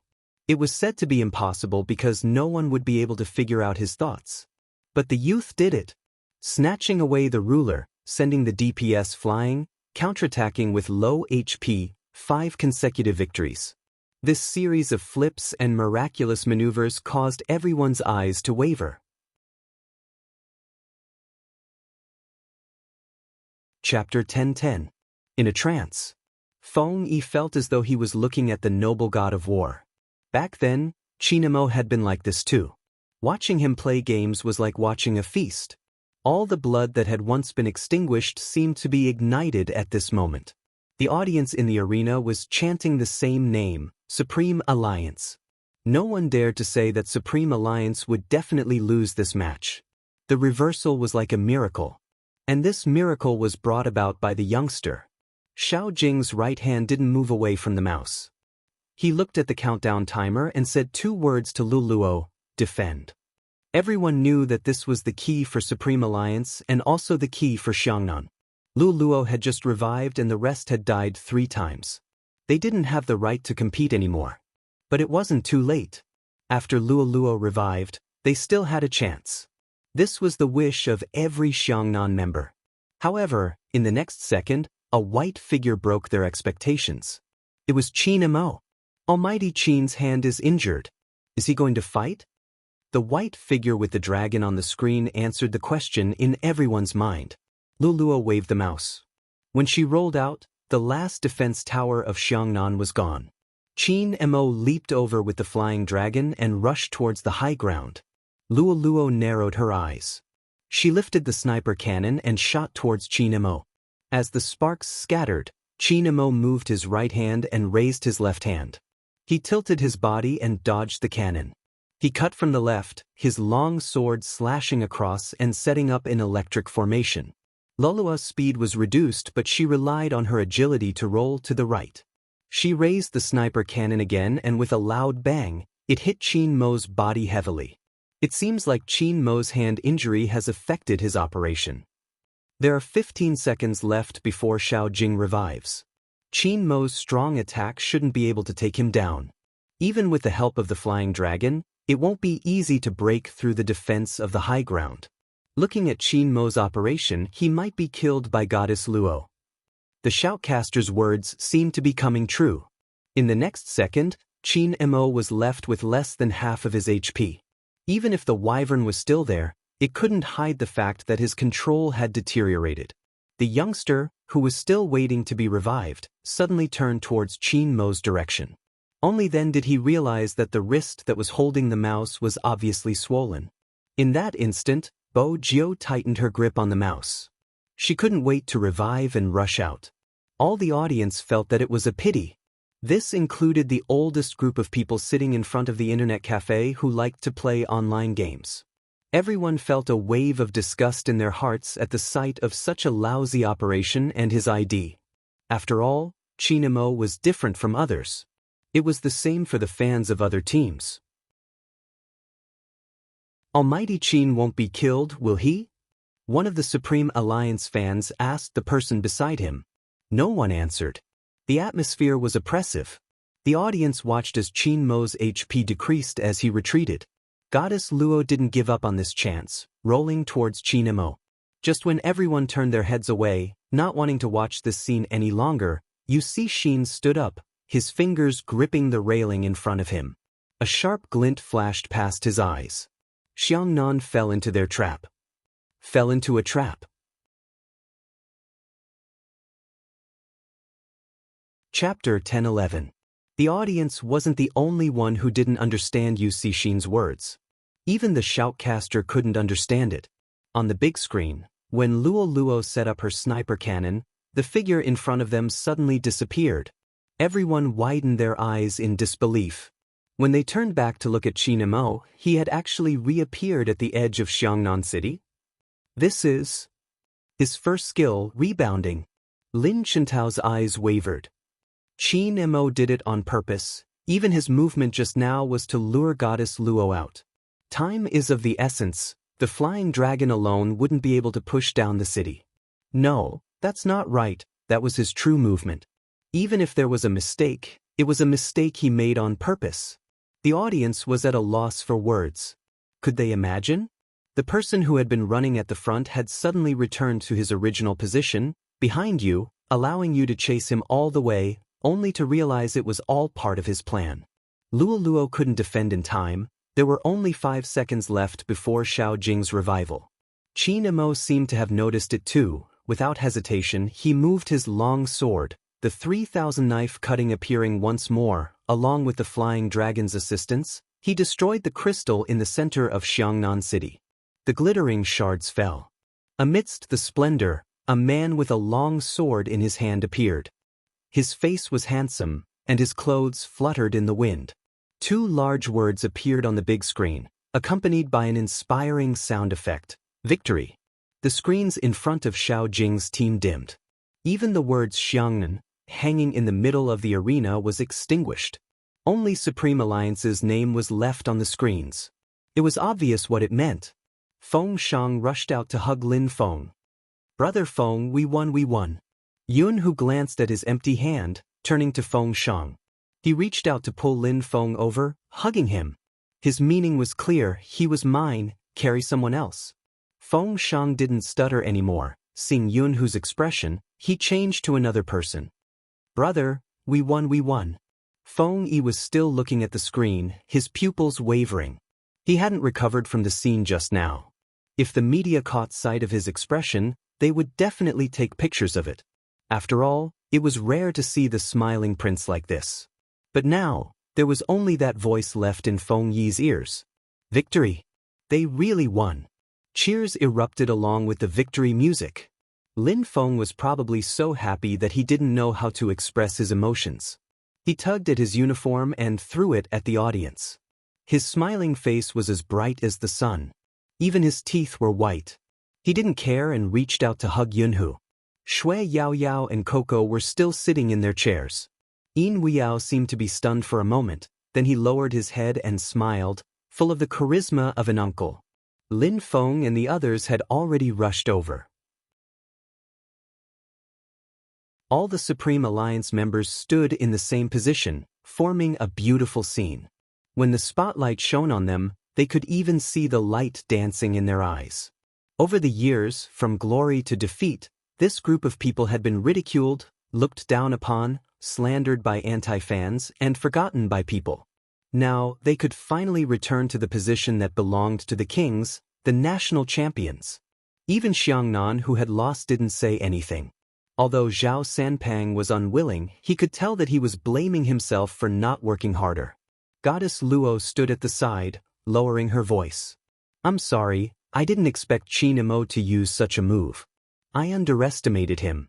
Even if his hand is injured, he wouldn't mess up his movements." Xiao Jing stood up, one hand in his pocket, the other reaching out to rub Goddess Luo's head. "It's not just you, I didn't expect him to move like that either." Goddess Luo paused.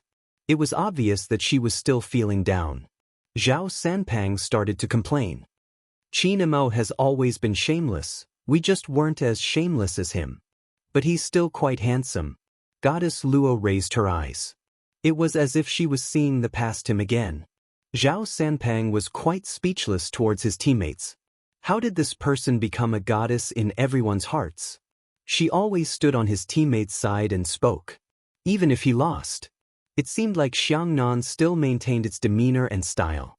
Even Xiao Jing was only downcast for a moment. When he led his team back to Supreme Alliance, he had already recovered his usual expression.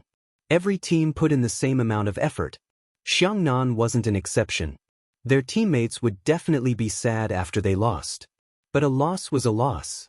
Xiangnan wouldn't find excuses for themselves. Xiao Jing glanced at Qin Mo's hand. The two captains brushed past each other. Xiao Jing's voice rang out. Xiangnan will definitely be the winner next year. Qin Mo's tone was calm. Qin Mo's tone was very calm. Although his noble side profile was pale, his aura did not dissipate at all. He was full of doubt. Zhao Sanpang didn't like to speak to him because of this. It was just 2 words, but it sounded arrogant. But they had indeed lost to Supreme Alliance. That was the truth.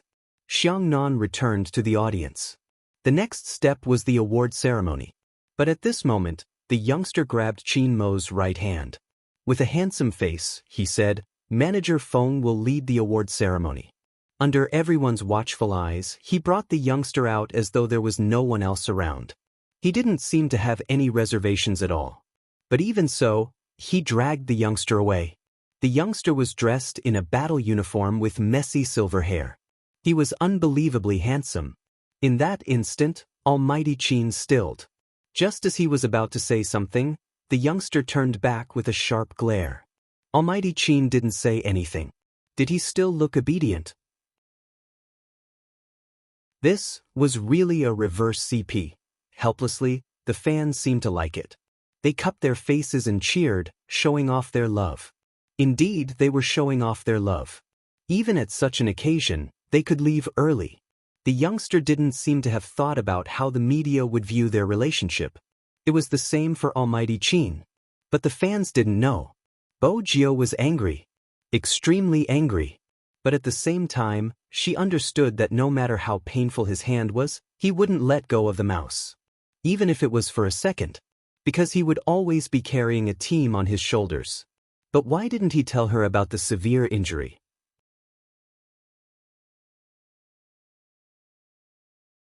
Chapter 10-12. Bo Jio was still looking at Qin Mo's hand when she pushed him into the taxi. Right hand. It wasn't just the hand that held the mouse, it was also the hand that held the gun. Bo Jio couldn't say her thoughts out loud. She tilted her head and asked, "What's Dr. Qin's number?" Qin Mo sat at the back of the car, glancing at the youngster who was still holding his hand. He recited a string of numbers. The fans were right. The Almighty was exceptionally obedient today.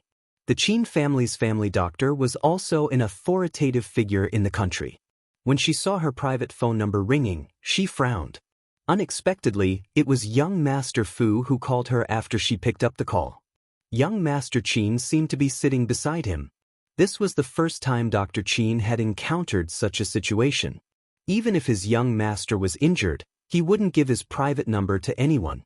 It was even more impossible for him to let someone else talk about his condition. It seemed like young Master Fu was indeed special to his young master. But when he heard the word, hand injury, Dr. Qin placed the medical record down. "I'll be right there." Bo Jio had brought Qin Mo away in front of everyone. The one she should be worried about wasn't the reporters. It was He Honghua and Movie Queen and who had disguised themselves to watch the National League. He Honghua had wanted to give her Jio a surprise. He didn't expect to witness such a scene. Moreover, the little girls beside him were saying things like, "So sweet, so compatible. So my Almighty Qin is the one at the bottom. I really didn't expect it. Big Spade is indeed a handsome young man. What beauty! What did that mean?" He Honghua was confused by the side. She turned to ask Movie Queen and heaved a sigh of relief when she saw Jio dragging her cold son away. After all, Mo was really willing to gamble both his hands for a competition. Fortunately, there was someone to take care of him when she wasn't around. Movie Queen was still thinking about how to reply to He Honghua's question without incurring He Honghua's disgust. Even when she had first discovered the relationship between the two kids, she had struggled for a long time before convincing herself to let go of some old beliefs. But she had been in the film industry for so many years and wasn't surprised by such things. But He Honghua was different. Which mother would feel good after seeing her son like this? But when he thought about it, it wasn't a good idea to keep hiding it like this. Hence, movie queen and decided to be honest. She reached out to pat He Honghua's hand. Sister He, this isn't a good place to talk. Let's go out first. He Honghua nodded and turned to look at the girls. She thought to herself that she really had a generation gap with these children. She couldn't understand what they were saying at all. From the looks of it, these people seemed to really like her Jio. That was enough. He Honghua almost wanted to ask someone to buy 10 boxes of ice water for these little girls. They were so excited that their throats were probably hoarse from all the shouting. But she also understood that if she did that, the media would say that her family was a nouveau riche who used money to show off. In the past, she had suffered a lot because of this, so she didn't want to cause trouble for Jio. When she saw these little girls again, she would thank them individually. The group of fangirls at the scene could never have imagined that they would miss their mother-in-law just like that. As for why it was a mother-in-law, because Big Spade was their husband. The fangirls had always thought of themselves as such. He Honghua listened along the way, widening her eyes at times. Movie queen and who was experienced, chuckled. It's nothing, that's how it is when you like someone. Our Cold Boys fans even said they wanted to bear his children. It's normal, it's normal. He Honghua thought, indeed it's normal, but our Jio is a girl. Being called husband, the people's sister he met just now are CP fans. When there was no one around, movie queen and broke into a faint smile, her expression serious. Actually, there's something I haven't told you because I was worried that you wouldn't be able to accept it. But now that the competition is over and the two kids don't seem to have any qualms, rather than hearing it from the media, I might as well tell you. With that, movie queen and paused before continuing, the two kids are together. He Honghua froze. She wasn't dumb and quickly understood who movie queen and was referring to. But she had never heard her Jio's family mention it. Sister, could it be that you're mistaken, our Jio is? Before He Honghua could finish, movie queen and patted her hand. I know you want to say that Jio is a boy and so is Mo. How could they be together? But sometimes, feelings are like this. Sometimes, when you really, really like someone, you'll even ignore their gender. That icy son of ours will only be a little human in front of Jio. Big sister, he probably can't accept it right now. As a mother, I felt the same way before. But now, I want you to give these two kids some time. Take a good look at them and see if they can persevere on this path. If they don't separate after a long time, I think you can rest assured. I believe that they didn't do it on a whim, or that they're mentally ill. It's just that the person they met just happened to be a man. He Honghua's mind was in a mess. She didn't have any objections to Sister Anne's words, but her Jio was a girl. If they were really together, Jio would have told her. Which meant that up until now, the Qin family still thought Jio was a boy. For the first time, He Honghua felt that her method back then was a little stupid. She was so stupid that she might harm her Jio. There were some things she couldn't say. Once she said it, Jio's actions would become a lie. At this moment, He Honghua turned back to look at the support team that liked Spade Z. There were some things that she couldn't see clearly. But now, Jio wasn't an ordinary person. The national champion, these 4 words meant that Jio had become a super popular esports player. Popularity could make people live in heaven, but it could also send them back to hell. The fact that Jio was a girl couldn't be known. What she was afraid of was that when the time came, these likes would turn into a flood. When that happened, she didn't need to think to know what would happen to her Jio. Or maybe her Jio wouldn't care about others, but she knew her own child. Jio cared about her teammates in Supreme Alliance. Movie queen and glanced at He Honghua's face, unable to decipher her intentions. But she was sure that things didn't seem to be going smoothly. That was true. If things were going too smoothly, it wouldn't be real. It seemed like she had to help her son more. The competition's procedures had to be completed eventually. Qin Mo left. As the club's director, Feng Yi was indeed qualified to receive this award. Under the camera, the Supreme Alliance members were still as handsome as ever. Once everyone had left, Yun Hu pulled Lin Feng, who was still smiling foolishly. Yun-Hu pulled Lin Feng, who was still smiling foolishly, back and pressed him into the changing room. His voice was deep and low. "You haven't forgotten what you said. Is it your home or mine?" Lin Feng didn't know what to say. Lin Feng didn't have an excuse to hide anymore. He cursed softly. "How can you do such things at home? Why can't you do such things at home?" Yun-Hu arched a brow. The two of them were so close to each other that Lin Feng felt a little awkward, especially when their breaths hit his face. He averted his gaze and said, "What if my family sees us? Let's go get F***CK. When Yun-Hu heard this, he understood what he meant. He didn't want anyone to know about the situation between them, even if they had sex. He just owed him and had to return the favor. Yun-Hu clenched his fists, suppressing the tightness in his throat. He smiled. "We'll do as you said, get F. Remember to bring your ID and don't be so stiff. This time, you are willing, don't make it seem like I'm forcing you." With that, he let go of Lin Feng's shoulder. Indeed, Lin Feng didn't want to appear like a newbie. After all, he had bragged about his non-existent romantic past in front of Yun-Hu. He adjusted his jacket arrogantly, his voice calm. "You don't have to remind me, it's not like I haven't driven F before. I forgot, this isn't your first time."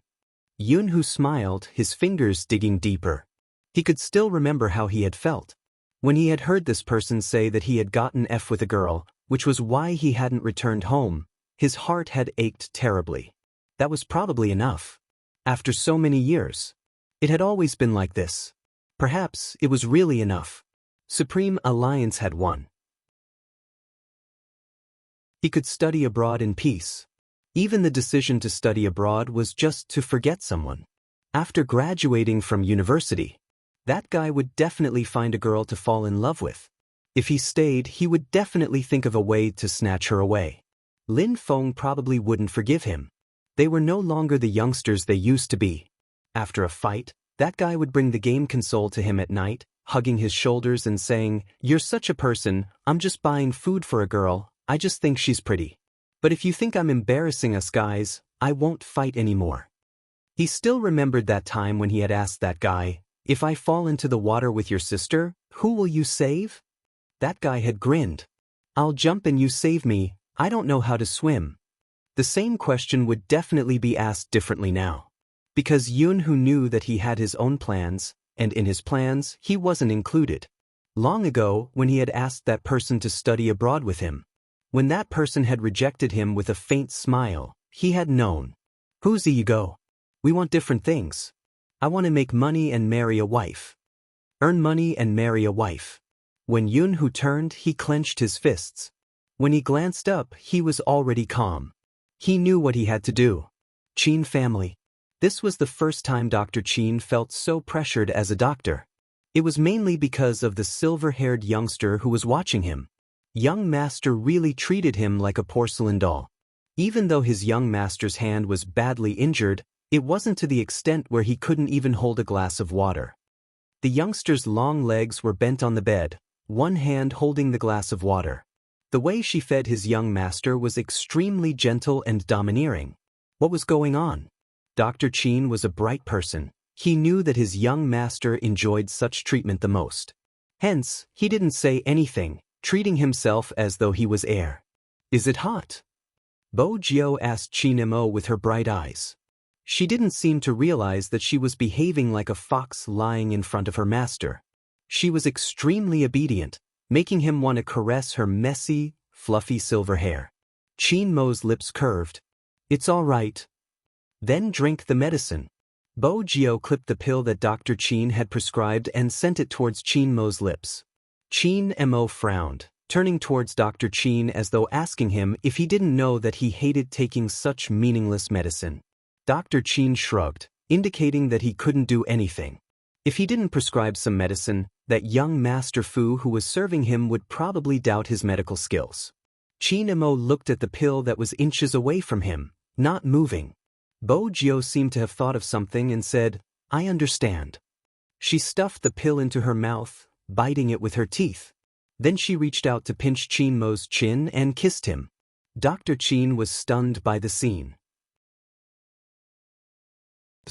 He had always thought that his young master was the one on top, but now it seemed like it wasn't the case. Chin-mo, who was kissed, paused for a moment. Then he naturally accepted the pill. This was the first time he felt that eating such a disgusting thing didn't make him irritated. Instead, it was a little sweet. His lips were filled with the unique scent of a youngster. Chin-mo couldn't help but smile. On the other hand, Bo-jio regretted the moment she fed him the medicine. After all, they weren't like when they were young anymore. Back then, her pet didn't like to take medicine. It was all because of her that he caught a cold and had a high fever. His exquisite little face was covered with a fever patch, and he kept coughing. No matter what Grandpa said, he wouldn't listen. He was arrogant like a little prince, but he didn't mention anything about taking medicine. She watched anxiously, climbing over the wall. She drank a mouthful of cough syrup and kissed him on the mouth. He probably hadn't expected her to be so unruly at that time. His little face was flushed with anger. He even asked her if she was a girl and if she knew that she shouldn't be so careless. In the end, he said forget it. He couldn't do anything to her anyway, but he couldn't let her hug him if he found out that she fed medicine to her other friends. At that time, Bo-jio felt that this person was really. He knew that she liked to hug him to sleep, but he still used this to pressure her. However, that night he still agreed to let her sleep on his small bed. He held a book and told her a story. Unknowingly, his face turned red again. Anyway, how did the little cutie who liked to blush back then grow into such a black-bellied almighty?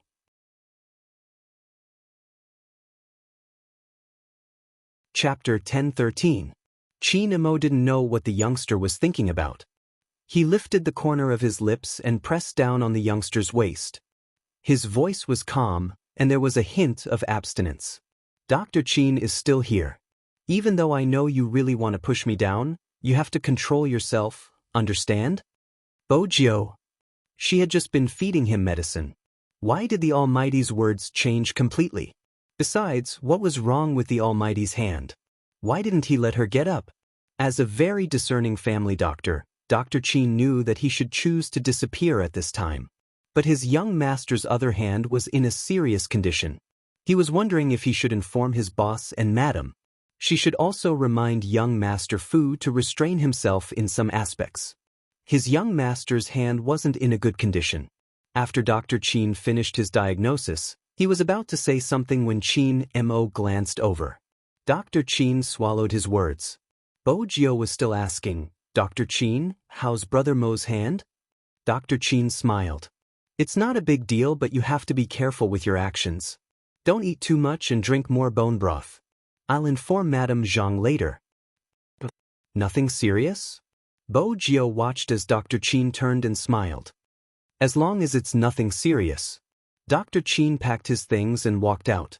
When he had been on the phone, he hadn't expected the youngster to find an excuse to follow behind him. The moment he hung up, he turned back to see the youngster smiling at him mischievously. As a doctor who saves lives, it isn't good to lie, right? Dr. Chin smiled faintly. As an esports almighty, it isn't good to eavesdrop on other people's conversations. What do you think, young Master Jio? Bo-jio nodded. Dr. Chin is right. Dr. Chin watched as the silver-haired youngster took a step forward. He smiled wantonly. Fortunately, I'm eavesdropping openly. Dr. Chin. Where's your shame? How is Brother Mo's hand? I hope Dr. Chin can tell me the truth so I can be more prepared. Bo-jio glanced at the person in front of her. Or perhaps, how confident are you in treating it? He was already stuck here. Moreover, he had called for the general to come back earlier. Even if he tried to play it down, the other party wouldn't believe him. In addition, in the past, young master didn't let anyone look after him. It wasn't easy for someone to get close to the young master. Now that the method was in place, it might be a good thing. Since young Master Jio has put it this way, I won't hide it from you anymore. Young master's hand is an old injury, and it's not easy to heal. The authorities in America have also said that young master's hand needs to be treated first and nurtured second. Ever since the start of the National League, the weight on his wrist has been getting worse day by day. I can only temporarily reduce the swelling on young master's hand and prevent it from worsening. If we really want to treat young master's hand, he can't touch a computer in the near future. We have to go to America to find an expert, but this expert hasn't shown up in the past few years. Some people say that he went to be a family doctor, but no one knows where he is exactly. What's the expert's name? Bojo asked. Dr. Chin said, Robert. What did you say was his name? Bojo paused when she heard the name. She couldn't help but ask again. Dr. Chin said, Robert is an old expert. You probably haven't heard of him. Bojo caressed the bridge of her nose. She didn't say a word, but her thin lips lifted slightly. Dr. Chin didn't understand why young Master Fu was smiling. However, after that, the other party didn't ask many questions and changed the topic after just a few sentences. Speaking of which, Dr. Chin, do you know what happened to Brother Mo back then? How did his wrist get injured? Dr. Chin paused, his smile still lingering. I'm only in charge of treating young master. I'm not sure about the rest. Bojo didn't believe him. If she wasn't wrong, Dr. Chin was from the military and should be a military doctor with a title. Otherwise, there wouldn't have been that phone call. Bojo wasn't as observant as the Almighty, but she could tell that Dr. Chin's actions were different from the other doctors in the hospital. Only those who came from the military would walk with their backs straight. Even the stretch of their arms was different from others. But she couldn't force him to say it. Bojo was happy about one thing. The person she wanted to kidnap the most was the Almighty. In the past, she couldn't find an excuse. Now, she finally had one. Robert was clearly her grandfather, the housekeeper. In the past, when Bojo was alone, she had been injured, but they were all minor injuries that didn't require treatment at home. Before she found the person who had schemed against her, she didn't intend to contact her family. It was normal for her to not return for half a year. Grandfather Butler was the only one in her family. If she contacted him, he would be in danger. This was what Bojo had thought since she was reborn. Now, did this mean that she could kidnap the Almighty when she left Jiang City? After all, the Almighty's hand needed treatment. That was the reason she convinced herself.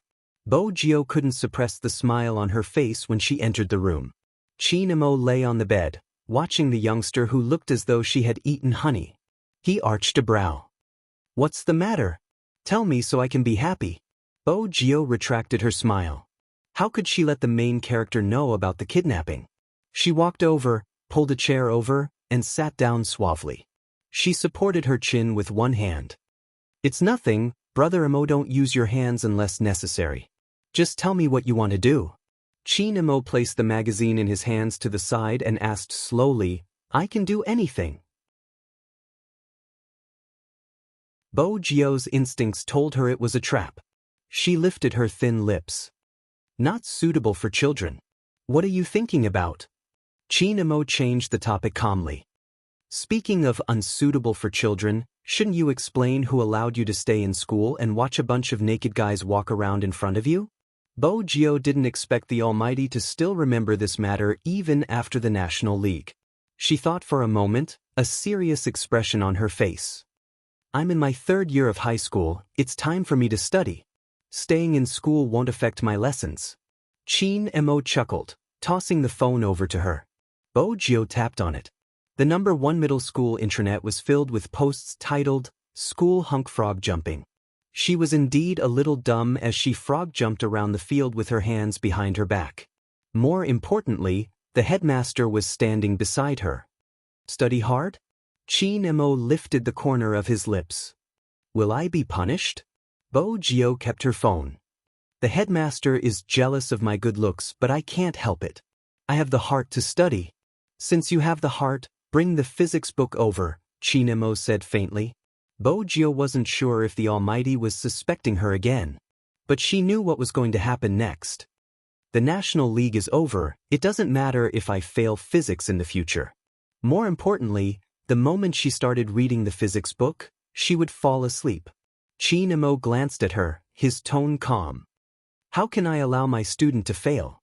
Brother Mo, it's not that I want to criticize you, but sometimes, you shouldn't be so vain.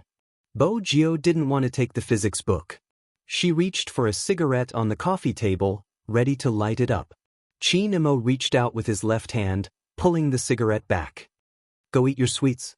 I'm out of sweets. She wouldn't have thought of smoking even if she had sweets. The thought of kidnapping the Almighty filled her with excitement and a cigarette to celebrate. Chin Emo placed the cigarette at the side. In the future, you're not allowed to smoke without sweets. Brother Emo, you want me to quit smoking? Bo-jio frowned. Don't you smoke too? Chin Emo knew that in order to teach a certain someone well, he had to set an example at the right time. I won't smoke when you're around. We'll quit together, Bo-jio said. That's fair. Chin Emo arched a brow. She was certain that he wouldn't be able to quit. Sure. Bo-jio paused. She probably hadn't expected such an answer. She laid there lazily. Are you really going to quit? The Almighty smoked more frequently than she did. She was impressed that he was able to quit so easily. As the nation's school hunk, you should take care of your public image. Chin Emo lifted the youngster's chin. Most importantly, your body. How can you still smoke when you have asthma, MH? Bo-jio didn't reply since asthma was a part of this body. Ever since she had taken over this body, she hadn't thought about it much. The youngster didn't reply. Her thin lips were pursed into a straight line. Chin Emo sighed. Little Fujio, say something. Bo-jio heard the way little Fujio addressed him. Bo-jio felt a tightness in her chest. Her surname wasn't Fu. More importantly, she couldn't tell the Almighty her surname. Don't call me that. She hadn't expected the person in front of her to be so disgusted by the way she was addressed. What do you want me to call you? Chin Emo tapped her chin with his finger. Call her sugar daddy, Bo-jio thought. Just don't call her little Fujio. Because that tone of voice was filled with love, but it wasn't her name. Bo-jio tilted her head. She didn't know what was bothering her. Chin Emo watched as the youngster tilted her head. Her stray hair hung down. He reached out and pulled her back, allowing her to lie on his chest once more. His voice traveled into her ears, a gentleness in it. Madam Chin. Bo-jio froze. Her heart raced. Madam Chin? What is it? Chin Emo glanced down at her startled face. His tone was neither fast nor slow. We're already sleeping. Aren't you going to take responsibility for me?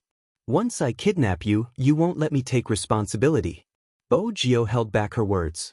She reached out to push herself up. Chin Mo's uninjured hand pressed against her back. He closed his eyes. Sleep with me for a while. This position.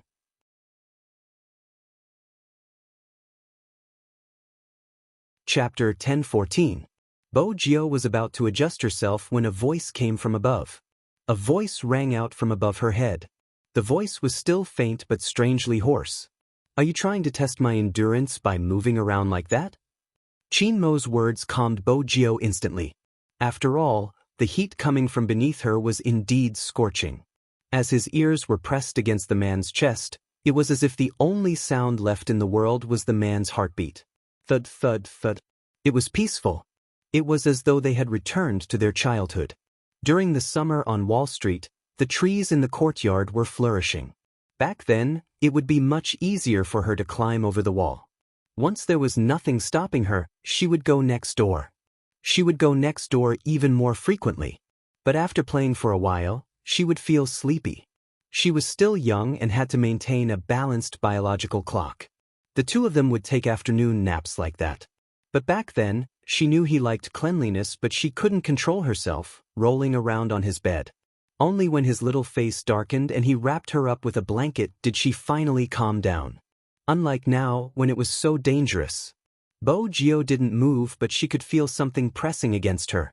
Don't look around, I won't touch you. The voice came again, but this time, it was much gentler than usual. Bo-jio retracted her gaze, feeling sleepy. But she wasn't here to take care of a patient or to sleep. She maintained her principles, one hand hugging Chin Mo's waist, the other holding onto his injured hand, subconsciously worried that it would be touched. Dr. Chin was right when he said that Chin Mo was like a porcelain doll. In order to not fall asleep, Bo-jio tried to find a topic. Movie queen and said that you couldn't sleep well in the past. After finding me as a pillow, your insomnia was cured. Brother Mo, you have to be gentle with your pillow. Chin Mo glanced at the person lying on top of him. Even when she spoke, she was still in a daze. He reached out to push aside her hair, planting a kiss on it. Okay. Perhaps it was because he had received a response, or perhaps it was because the temperature and the aura of the person he was hugging were too in line with his aesthetic standards and requirements. In short, it was very comfortable, so he fell asleep unknowingly. Chin Mo's fingers caressed her face. He had never imagined that there would be a day when he would be so close to someone. She couldn't sleep well because she would have nightmares. He dreamed of water, bottomless water. Chin Mo was a criminal psychologist. He knew it was a psychological problem. However, even with the knowledge he had, he couldn't find an answer. Why was it that every time he woke up, the most uncomfortable thing wasn't the water, but when he stretched out his hand, he couldn't grasp anything? His palm was empty, and so was his heart. At the very beginning. He didn't even understand why there were tears on his face. Was it because he owed her? He was indebted to the person he had wronged, but he still didn't know the person's name. Therefore, he never touched any cases again. However, that feeling of emptiness did not disappear. It was as if the most important thing had been lost. Until this guy appeared. Chin Mo lowered his lids, watching the youngster who was snoring softly but didn't forget to hold onto his hand. His lips landed on the top of her head. He could vaguely hear that person saying something. When he got closer, he could only hear a name.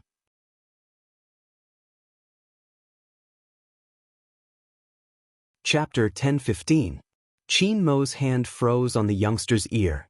At that moment, all the warmth in his eyes was like water, completely retreating from his eyes. That was the scene movie queen and saw when she entered. They seemed to be on good terms, but when she saw her cold son's expression, it didn't seem to be the case. She was confused. What was going on? Chin Mo tilted his body and stood up.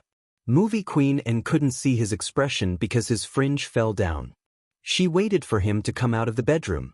Movie queen and asked, "Son, did your hand get worse?" Chin Mo was never one to worry. His voice was calm.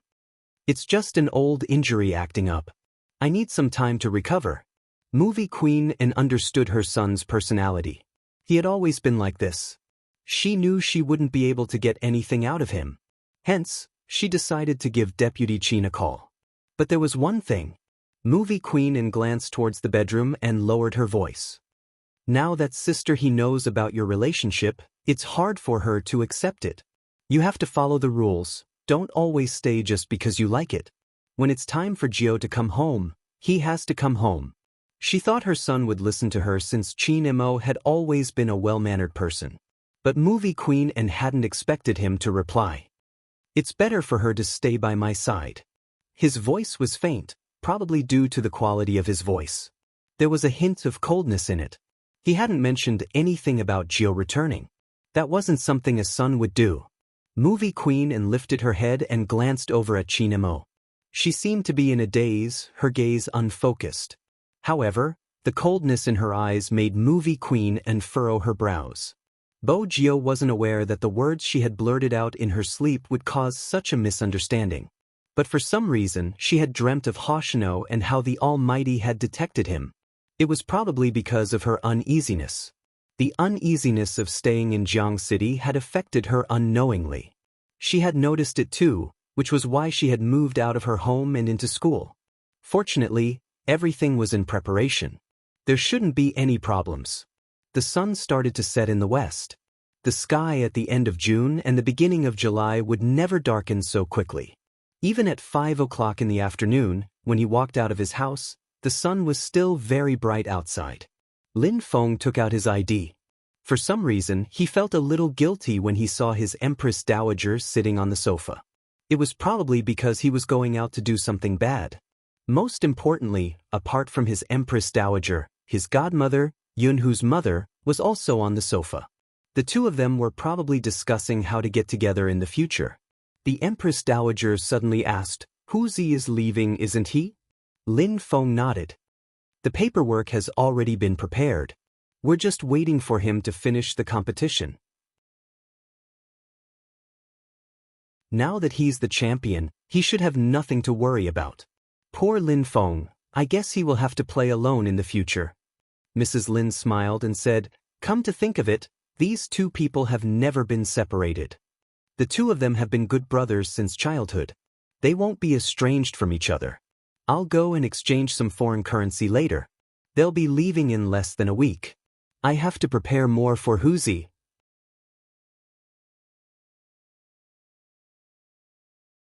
Chapter 1016. Lin Feng was originally sneaking out like a cat, but when he heard this, his fingers paused and his face was blank for a moment. However, he quickly regained his composure. Otherwise, if the two empresses saw him, he wouldn't be able to go out today. After all, his mother could talk about the kid next door for an entire day and night. She wouldn't even repeat the adjectives. Lin Feng was still a little hesitant after coming out of his house. The thought of being pinned down made him want to resist. He lit a cigarette and leaned against the wall for a while. Then he thought of something and looked it up on the internet.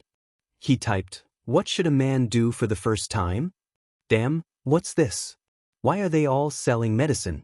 Lin Feng scrolled down the page and complained. Really, he was young and aggressive. Did he need medicine? He probably didn't need it either. The main thing was that if he bought medicine, he would be the one suffering. It seemed like Baidu wasn't completely trustworthy. He decided to look for the answer on a certain page. Lin Feng moved his fingers and changed the website. Not bad this time. There were a lot of answers. But they were all about how to make a girl feel romantic. It wasn't suitable for him at all. He could only post it himself. After posting it, he added, "2 boys." The post instantly went viral. Countless people replied. "You have to buy everything. You know that, right?" Lin Feng replied, "Can I give some suggestions?" Of course he knew that. You have to do some foreplay for the other party to feel comfortable. "Alright, are you guys okay? Let's do some tests." Lin Feng didn't hesitate. "It's our first time." "No problem. Then be gentle. If you're not gentle, the other party will hurt." Lin Feng finally found the key point. "How much?" "Very. After all, you know." Lin Feng thought, "I'm a straight man. What do I know? Moreover, you're being so reserved. Can't you be more straightforward? Why aren't you saying anything? To be honest, I have a question. Are you the one being pinned down? Now that you mention it, it does seem like it. Hurry up and say something." Lin Feng was really stupid to talk. After knowing that it was painful, Lin Feng started to search for other things. In the end, he bought a small bottle of ergotu in the supermarket. To put it simply, after drinking alcohol, even if it was painful, one could endure it and it would pass. What's more, he was also drunk when he had sex with Huzi last time. Basically, he couldn't remember anything. He thought about it. This memory would probably become a dark history for the rest of his life. It would be better if it was vague. Yes, there was nothing wrong with it. F***ck, so bitter and spicy.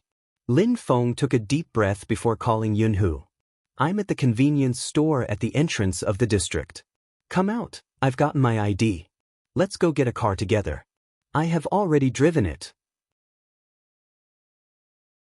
The voice on the other side sounded even fainter than usual, but for some reason, there was a hint of something else mixed in the faint tone. Just when Lin Feng wanted to hear it clearly, Yun, who had already reported an address. "Sheraton, 1821, come over." "So fast? Didn't we agree to go together?" Lin Feng gulped down another mouthful of alcohol. He had drunk too much of this ergot. It tasted good, but his body was burning up. After preparing, Lin Feng jumped into a taxi and headed straight to the hotel. After all, this kind of thing had to be done in one go.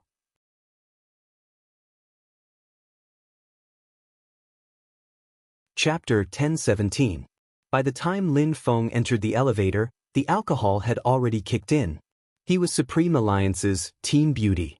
Not only did he look devilish, he had relied on his snow-white skin that didn't tan no matter how much he tanned. He had dominated this title for 3 years.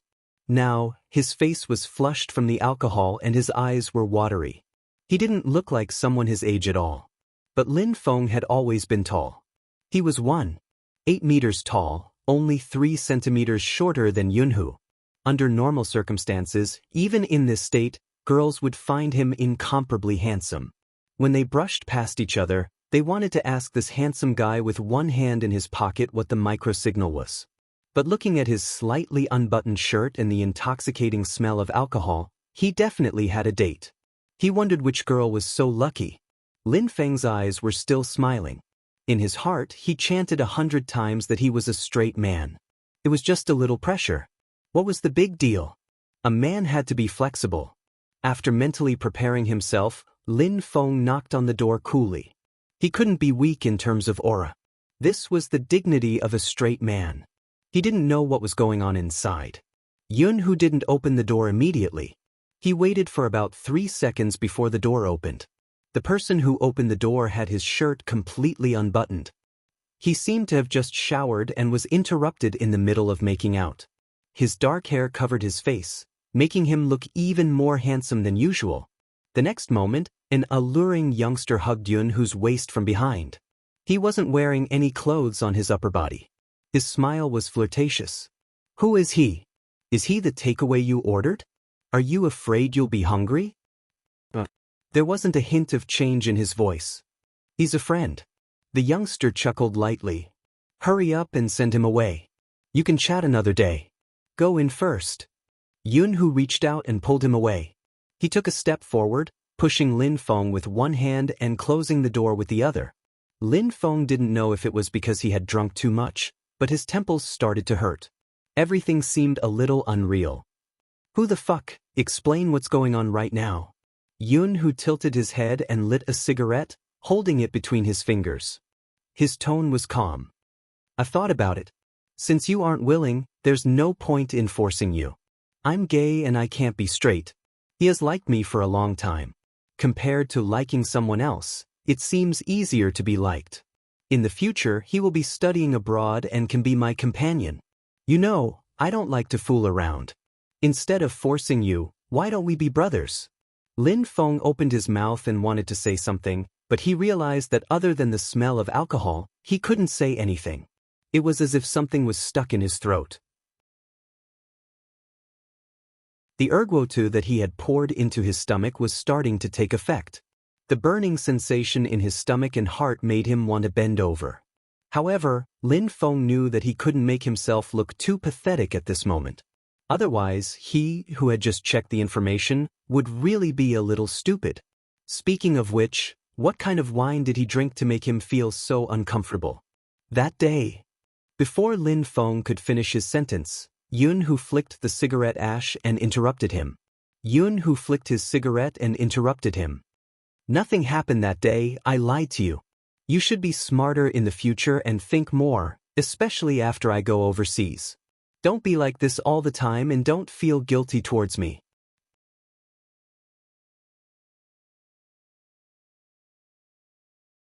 Chapter 10:18. Also, if you want to find a girlfriend, you have to be careful. Some girls have ulterior motives for getting close to you. The ones in school were just trying to get close to me through you. Some aren't, it's just that you don't have the ability to differentiate them. Yun-Hu chuckled. "I can't let him wait for too long. You might not be used to it, but I have no choice. I can't go back straight." If Lin Feng didn't leave, he would feel like he was unnecessary.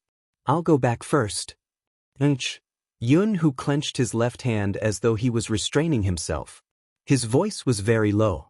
Lin Feng didn't move immediately. He didn't know why his feet felt heavy. If he had known earlier, he wouldn't have drunk. But it was obvious that he was disturbing the other party. From what Yun-Hu said, that person could go overseas with him. That was good too. They should be together with the same type of person. If he continued to stay, he would really be blind. He reached out and patted Yun-Hu's shoulder as though they were brothers. "Go in, I'm leaving." "Okay." Yun-Hu watched as the person turned around. His palms seemed to have formed an imprint. Lin Feng smiled. He didn't know why he was smiling. It was probably as Yun-Hu had said, he should learn to be smarter in the future and not do such stupid things. His stomach started to hurt again. The alcohol made him feel uncomfortable. He must have disturbed the intimacy of those two people. It was better to leave as soon as possible. "Lin Feng." Suddenly, that person's voice came from behind. Lin Feng didn't turn his head. He probably felt that he was in a sorry state. We'll still be brothers in the future, right? That person's voice had a light smile. Lin Feng smiled too. He waved his hand. Don't be silly. We'll definitely be brothers for life. Go on a leave. Actually, Lin Feng had long felt that Yunhu would fall for him. From a certain perspective, it was because they had grown up together. They were already familiar with each other's existence.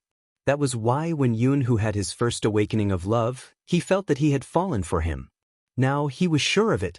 Fortunately, he didn't fall head first. There was one thing that Yunhu was right about. He really didn't have the ability to discern what some people said. It was a simple, "I like you," and he took it seriously. Lin Feng pressed the elevator button. After he walked in, he gradually bent down. The burning sensation in his stomach forced him to hold the elevator with one hand. But even so, it felt better than standing there. It was quite silly. In the future, if anyone said that drinking wine could make people complacent, he would take the wine bottle and chisel them. He probably ran out of energy in the end. With his back against the smooth surface of the elevator, he just sat there. Lin Feng was rather rational. He knew he shouldn't create trouble for Feng Yi. After all, Supreme Alliance had just won the National League. If the media photographed him drunk in the hotel elevator, he didn't know what they would write about him. He took out his phone, intending to call Little Spade and ask her to pick him up. But when Lin Feng took out his phone, he suddenly froze. There was a drop of water on the screen. The water running down his face. Lin Feng suddenly trembled and his eyes began to waver. For a very, very long time, he could not get through to that phone number.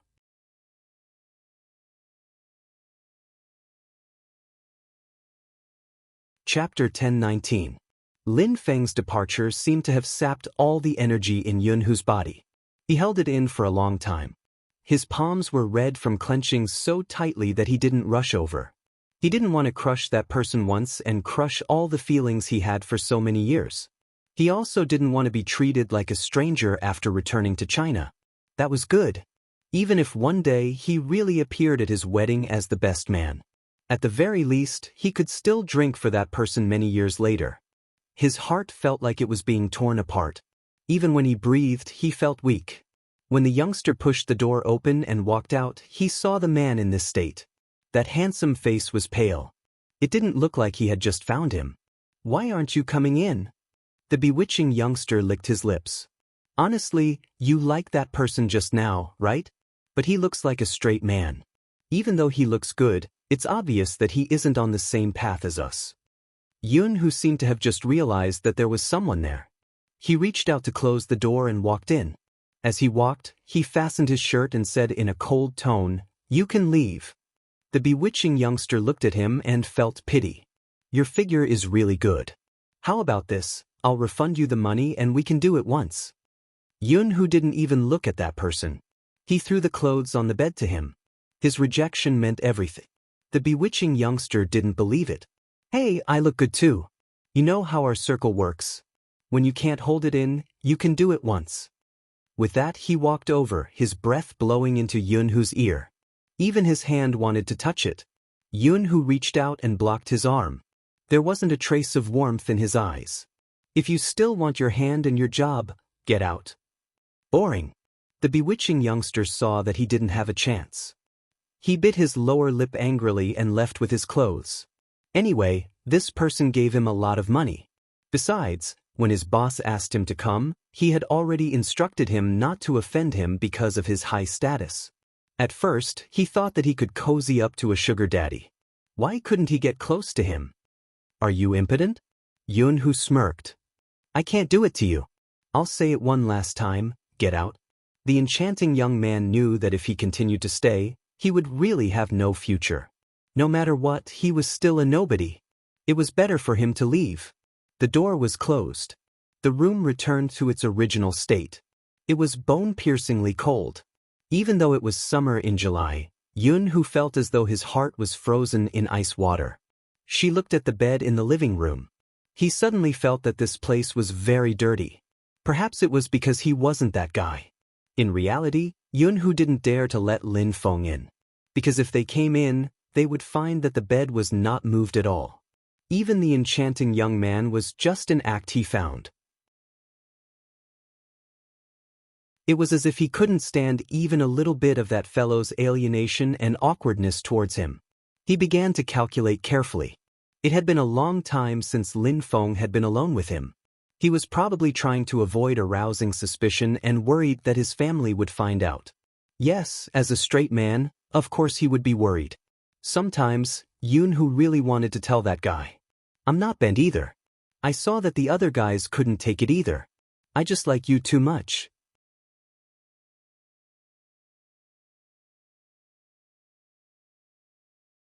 Chapter 10:20. Yunhu sat there for a long time before placing the ringing phone to his ear. He glanced out the window. "Hello, it's you. Help me settle it." "There's no need, just one plane ticket will do." "Yes, I don't need two." "Why did it suddenly become one? Didn't you say someone was going with you?" Yunhu tightened his grip, seemingly laughing at himself. "There won't be anyone going with me. After today, that person wouldn't be embarrassed anymore. Similarly, there wouldn't be any possibility in front of him." He understood. That person said he was naive and sweet, but there were some things he didn't care about. It was strange too. How could a boy be like that? Ever since he was young, he had always said that he would marry a girl and treat her well. These days, girls didn't have a sense of security. If he liked someone, he would only choose that person and treat her well for the rest of his life. When Lin Feng said this, there were other people around. Everyone burst into laughter, but the meaning behind it was unclear. Only he sat at the side, envious of the person he would like. Once he chose her, he would treat her well for the rest of his life. This sentence sounded so good. It was a pity that he would never be that person. Lin Feng, who was so clean and pure, would not accept his current behavior. Yunhu glanced down, reaching out to cover his expression. The person on the other end asked, "What's wrong with your voice? Why does it sound so weird? Are you feeling unwell?" Yunhu. There was no reply. The person on the other end froze. Then he exclaimed in shock, "Yunhu, are you crying? How is that possible?" Yunhu laughed. When his thin lips curved up, there was a trace at the corner of his lips. His voice was hoarse. "Why would I cry? You're thinking too much. I'm hanging up." The phone was locked and the screen dimmed. His pitch-black eyes dimmed along with it. Time trickled by. Outside the hotel, Lin Feng didn't call Little Spade.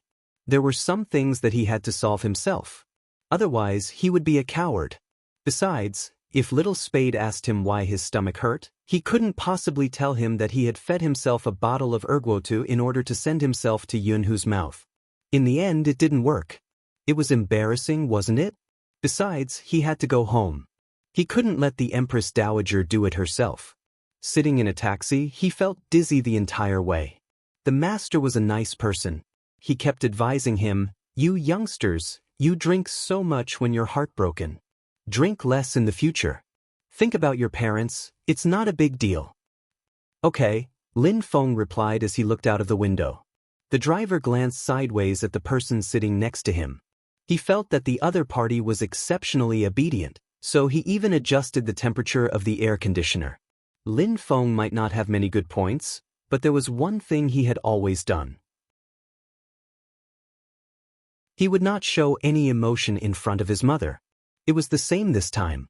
Mama Lin was tapping her back as she spoke on the phone. "Yes, he will be doing business in the future. That's good too.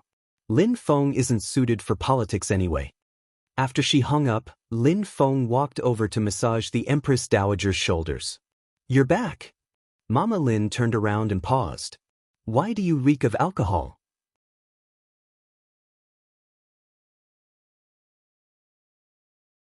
Chapter 10:21. Lin Feng smiled brightly. "Supreme Alliance 1, I'm so happy that I drank. Look at you, you're already so old. Why can't you learn from Yunhu and be more mature?" Mama Lin nagged, but her eyes showed how much she liked her son. "All right, you must be feeling terrible after drinking. Go drink some hot water and sleep." "MH," Lin Feng replied. After drinking the hot water, he walked upstairs. After he threw himself onto the bed, the aftereffects of the alcohol became stronger. It wasn't a stomachache but a burning sensation. Something wasn't right with his entire being. A long time ago, he knew that he had to work hard to catch up to that person since he wasn't smart and Yun who was too outstanding. That excellence had nothing to do with his family background. Ever since he was young, Yun who had received more praises than anyone else. His mother had always treated him like the son next door and educated him. At that time, he had been rather happy. His brother was outstanding because he was outstanding. But from now on, he probably wouldn't be able to catch up to him. Now, someone else had gone overseas with him. He had stayed here. That wasn't too bad. He still had things he had to do. Lin Feng curled up in his blanket, glancing at a spot in the corner of the room before closing his eyes. Qin family's house, second floor. When Bo Jio woke up, there was no one beside her. The light on her phone was blinking. She swiped the screen and saw a missed call from Lin Feng. Bo Jio stood up on one leg and dialed the number. It rang for a while but no one picked up. When the call ended, Bo Jio frowned and sent him a message. "Team Beauty, what's wrong?" He replied instantly. "Nothing, I was just sleeping. I wanted to celebrate with you but I'm too tired now, I just want to sleep." Bo Jio glanced at the reply and typed a few more words. "Let Almighty Yun celebrate with you." Lin Feng replied, "Eish." He only replied with an "Eish." That didn't seem like someone's style. Bo Jio had wanted to ask more. The door was suddenly pushed open. It was Movie Queen and behind her was the director who had wanted her to act in a movie. The director's eyes lit up when he saw Bo Jio. "Mr. Fu, I would like to extend my sincere invitation to you to participate in our movie. Both your aura and the way you play are perfect for the hacker in the movie. I guarantee that you will accept our description of the character." Honestly, Bo Jio was still in a daze. She had originally thought that the first thing she would see after waking up would be the Almighty's handsome face. He didn't see the Almighty, but he saw the director. Bo Jio pressed down on her silver hair, wondering where the Almighty had gone. Movie Queen and wanted to laugh. The child definitely didn't know what kind of state he was in. She looked slightly adorable, as if she wanted to find her ice-cold boy as soon as she woke up. The considerate Movie Queen and couldn't let them keep searching. She smiled and said, "Your brother Mo went to discuss business. Let's talk about the movie, what do you think?" Bo Jio wanted to reject him. The international director spoke again. "Our filming location is in America. You can treat it as a free trip. Go and have a look first. We will depart 3 days later. Don't rush to give me an answer. Young man, think about it again." Bo Jio's fingers stilled. Then she smiled. "There's no need to think about it, I've decided to accept it." The international director almost thought that he had heard wrongly. After all, the young man had always been very nonchalant about this matter. He could tell that the young man was not putting on a show. He really did not want to take on this movie, nor did he want to be popular. Why did he suddenly agree to it so readily? Bo Jio had been thinking of ways to kidnap the Almighty. It wasn't practical to do it in China. The Almighty would probably know her identity before she could even make a move. With the Qin family's protection, it would be impossible to kidnap the Almighty. But it would be different in America. There would be a lot of room for maneuvering. At the very least, the security for a private jet wouldn't be as strict.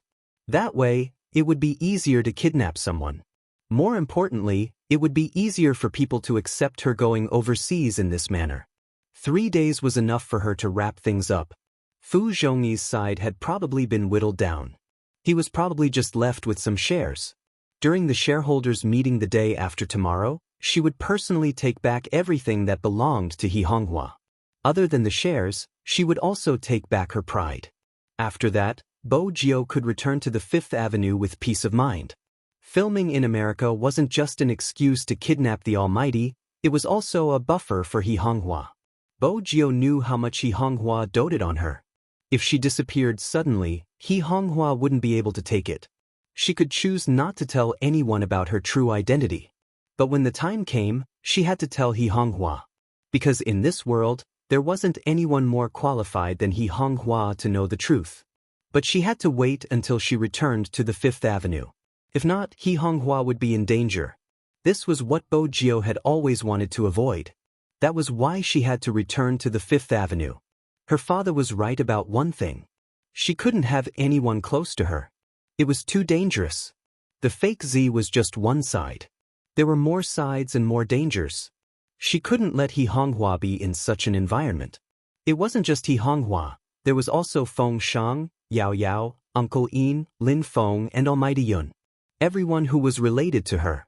Once her identity was exposed and the fake Z found out about her existence, the people around her might not be able to protect themselves. She had to catch the fake Z. But the battlefield wasn't here. It was somewhere else. Before that, it was important to plan properly. She had to kidnap the Almighty and treat his hand. Where's the script? Bojio smiled.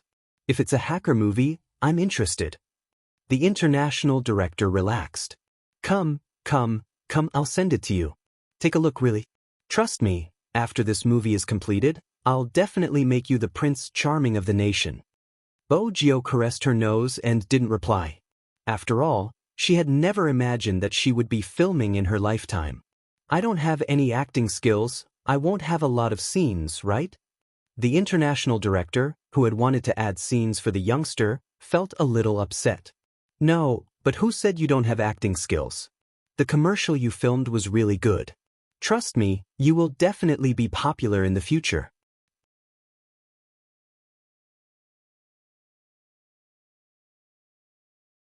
Chapter 1022. Listen to me, it's like this. The international director was really a drama addict. He started to speak in English when he was agitated.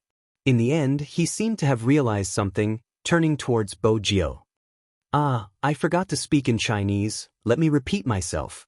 Bojio. Movie queen and covered her mouth and giggled. After all, Jio's helpless expression of wanting to say something was too cute. She really wanted to reach out and pinch that fair and clean little face. Why couldn't he be her son? But it didn't matter, he would be considered part of her family once she married him. But she was worried about him. She had never seen her son so stubborn towards anyone. She wasn't sure if it was a good or bad thing. Outside the window, the night deepened by several degrees. In the study room of the Qin family's house, Qin Mo's gaze was so deep that there wasn't any warmth in it. You're saying that she has been preparing to leave the country recently? Yes, young master. The Special Forces soldier scrolled through the information on the computer, his voice deep. Besides, I realize that young Master Jio is very smart. Even though he is a high school student and seems to be playing esports on the surface, he is involved in many things. Even Fu Zhongyi, his father, was plotted against. Qin Mo's tone was calm. Taking back what was stolen is a courageous act. Fu Zhongyi deserves to be plotted against. The Special Forces soldier. Cough. How could he have forgotten that his young master was obsessed with a certain youngster? He should have phrased his words better. Young Master Jio's father isn't a good person. He even prepared some scandals regarding young Master Jio to be exposed during the shareholders' meeting so that he can hold the company in his hands. Qin Mo tapped his fingers on the table. What scandals? Photos of young Master Jio confessing to a man. The Special Forces soldier didn't want to talk about this since his boss wasn't in a good mood. As expected, the sound of a lighter came from the other end, followed by a cold voice. Who provided these photos? Invite them out for a chat. The Special Forces soldier knew that a chat with a young master wouldn't be friendly. What else did you find? Qin Mo wanted to smoke, but just as he was about to light it, he seemed to have recalled something. He frowned, tossing the silver lighter onto the table. The Special Forces soldier didn't understand. What else? No more. Qin Mo glanced up. Is she in contact with Hoshino? No. After all, from the start, boss had said this was the most important direction of investigation. The two of them don't seem to be related. No, it doesn't matter. The better they hid it, the more it meant that their relationship was not shallow. Hoshino should be the childhood sweetheart the guy mentioned. Qin Mo had never cared so much about their childhood interactions. Especially when that guy was sleeping, he was still muttering the other party's name. Qin Mo's fingers froze, his gaze cold. Why is she preparing to leave the country? I've looked into it. Strangely, young Master Gio's mother didn't seem to know that young Master Gio was planning to go abroad. The last sentence was something the Special Forces soldier didn't say easily. Suddenly, Qin Mo's eyes darkened. Are you saying that even He Honghua doesn't know? Yes. The Special Forces soldier looked at the information again. Qin Mo's voice was deeper and colder than before. How many days does she intend to stay abroad? The Special Forces soldier hesitated for a moment. Young Master Gio didn't book a return ticket. She probably hasn't decided on her return date. Hasn't decided on her return date? When he heard this word, Qin Mo felt as though all the warmth in his body had been sucked out. His voice reached the Special Forces soldier's ears through the phone, sending chills down his spine. It isn't that she didn't book a return ticket. She has no intention of coming back. The Special Forces soldier stilled. What did boss mean? Just as he was about to ask something, the other party hung up. He could vaguely hear the sound of something being flung out. The entire study room dimmed with the sound. Qin Mo's wrist was wrapped in a white bandage, which made him look different from his usual self. There was a coldness in his abstinence. Until now, that guy had never thought of having a future with him. Even at this stage, it was the same. Qin Mo sat there, his hair falling down. His lips curved upwards, but there wasn't a hint of a smile. His wrist hurt, but he didn't seem to feel it. When Madame Zhang entered and saw the torn white cloth, she exclaimed, "Young master, your hand." Qin Mo glanced over, reaching out to pull the white cloth back to its original position. Then he tightened his grip, his voice calm. "What's the matter?" Auntie Zhang sensed the chill on her young master's body, but she didn't know what happened. She walked over to pick up the phone and placed it on the table. "Madam asked me to tell young master that dinner is ready and young Master Gio is here." "I understand." Qin Mo seemed a little distracted. He only said that he understood and didn't say anything else. Madame Zhang glanced over the table and paused. "Didn't young master place the mask on the coffee table outside? Why is there one here?" Qin Mo frowned. "The coffee table outside?" "Yes, I just put it away for young master." "Didn't young master like this mask?" Madame Zhang was right, Qin Mo really liked the mask. It wasn't because of anything special, but because it was a gift from someone. That was why he treasured it so much. Naturally, it couldn't be compared to the USB lighter. But basically, he would keep anything Bo Gio gave him, even if it was a black mask. But Qin Mo remembered clearly that the mask had always been in his study room. He had never taken it out. So what exactly was the one Madame Zhang was looking at? Qin Mo narrowed his eyes. "Madame Zhang, where did you keep the mask?" "It's at the coffee table." "Young master didn't take it?" Madame Zhang was puzzled. Qin Mo had already stood up. He walked towards the direction of the living room and stopped by the coffee table.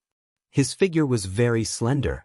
Even though his wrist was still wrapped in bandages, the whiter his skin was, the more Qin Mo looked like a sick prince.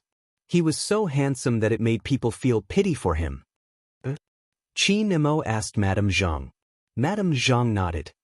In the small compartment under the coffee table, Qin Mo reached out and pulled open the secret compartment.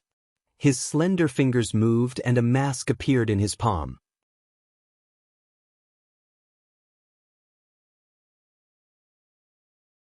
Chapter 1023. It was indeed the same. The material, brand, and color were exactly the same. But the one that Qin Mo took out was a gift from someone. The one that Madame Zhang found was taken from Zi's face when he had fought with Zi that day. Qin Mo never believed in coincidences. The conjecture that was buried deep in his heart seemed to have been confirmed. It was like the tip of the iceberg had been split open. It was a familiar style of doing things. It was the same hacking skills. Even though she had toned it down, the first time he had met her in the game, the reason he had noticed her was because her methods were similar to Z. And the way she stood in the darkness, her hands stained with blood but her eyes glowing. The determination to give some people a voice regardless of everything. The arrogant look that didn't care about anyone. The dazzling disguise technique.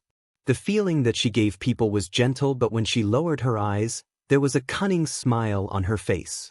All of these were Z's unique traits. He knew, but he didn't want to admit that she was Z. Qin Nemo stood there, his fingers tightening around the black mask in his hands. Madame Zhang didn't know what had happened. But this was the first time she saw her young master like this. There were obvious fluctuations in his emotions. His eyes started to shake violently.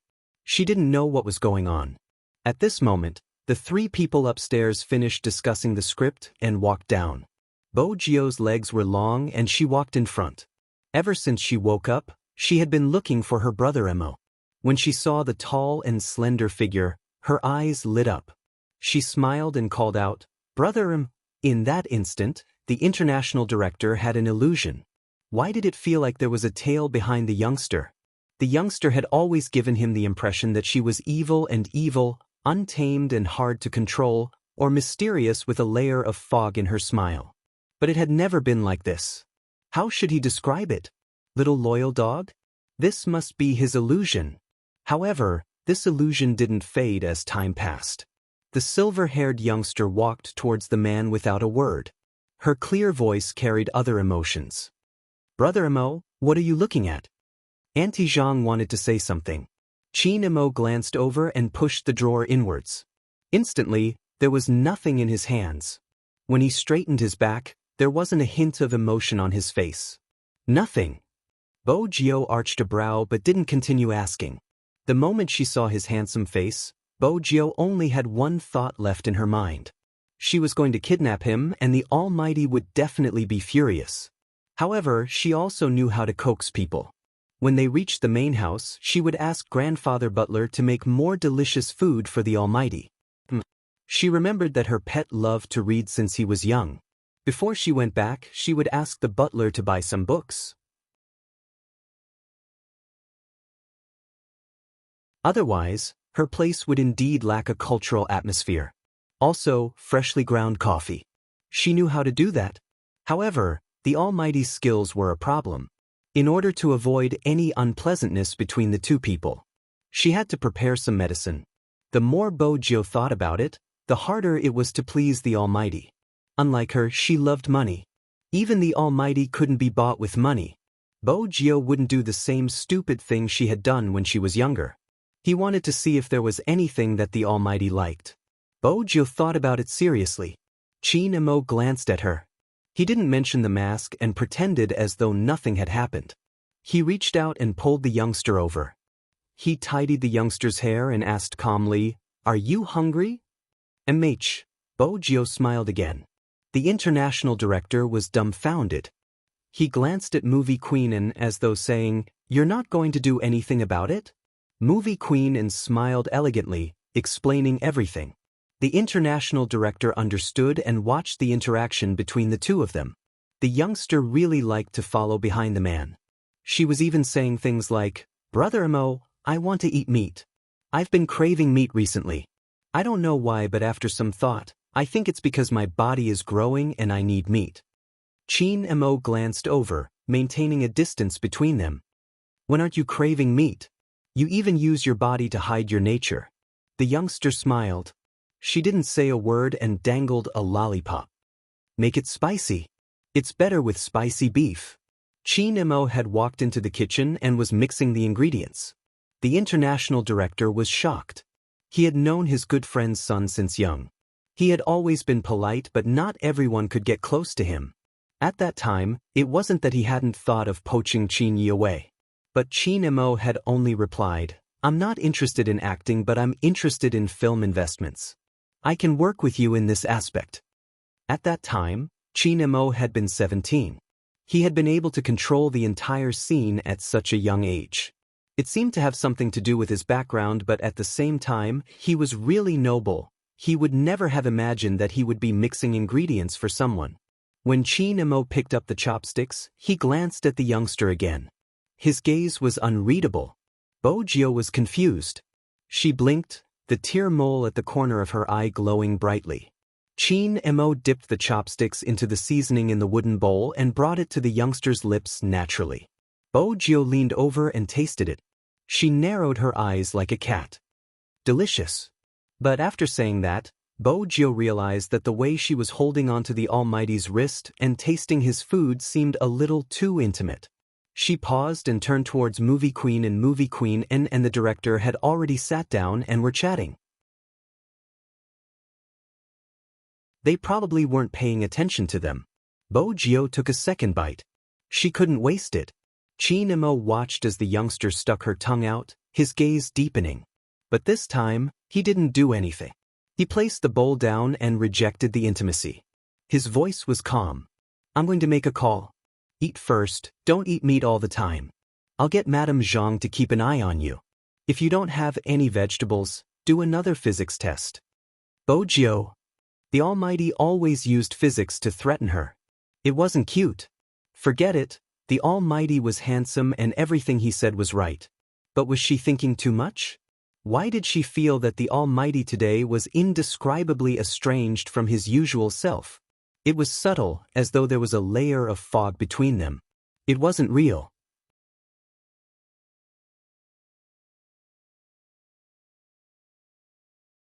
Chapter 10:24. Chin Mo returned to the study room. The first thing he did was to look at the information he had gotten previously.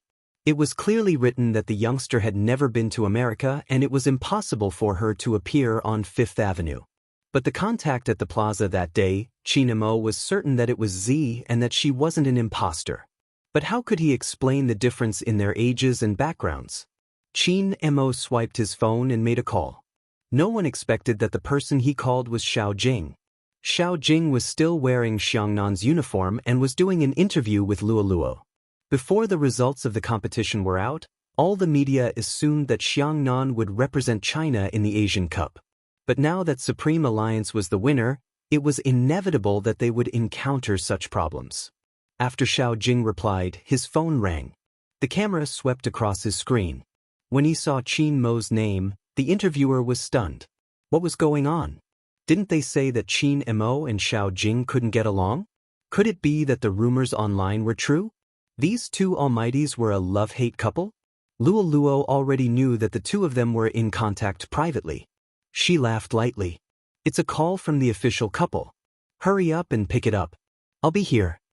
Xiao Jing didn't bother about his teammates' words. His demeanor was extremely important at this moment. He stood up and said, "Excuse me." Then he walked to the corner and picked up the call. "Hello. The question I asked you the other time." Chin Mo didn't beat around the bush. The side of his face was sharp from the light. His tone was calm. Other than the appearance of a second personality, there is another possibility. What is it?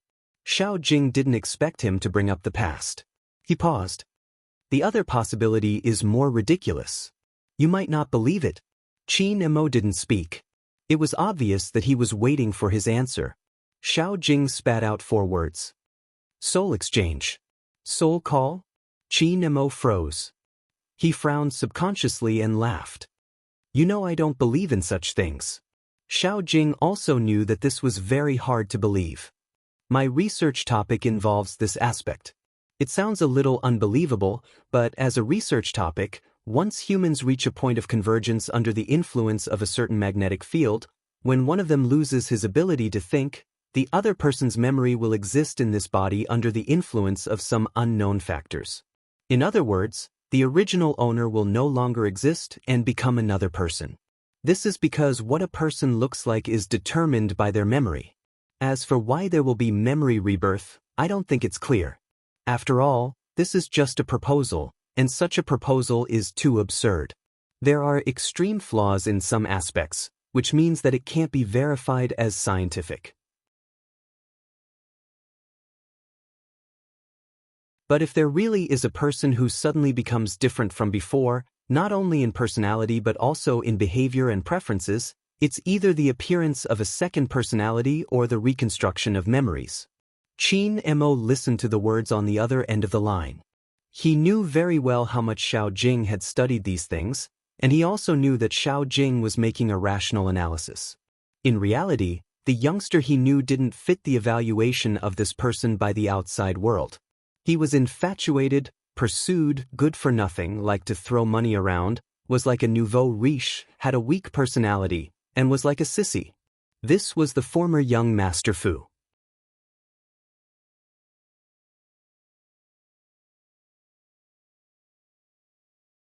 Chapter 1025. It wasn't just that these things no longer existed. According to the information they had gathered, there were many things that were different from the previous young Master Fu. For example, someone who never liked to play online games suddenly became the FC King of Zone C. That kind of hand speed and skill wasn't something that could be learned in a day or two.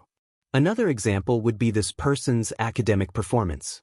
In the past, it could be said that it was a tragic sight, unlike now.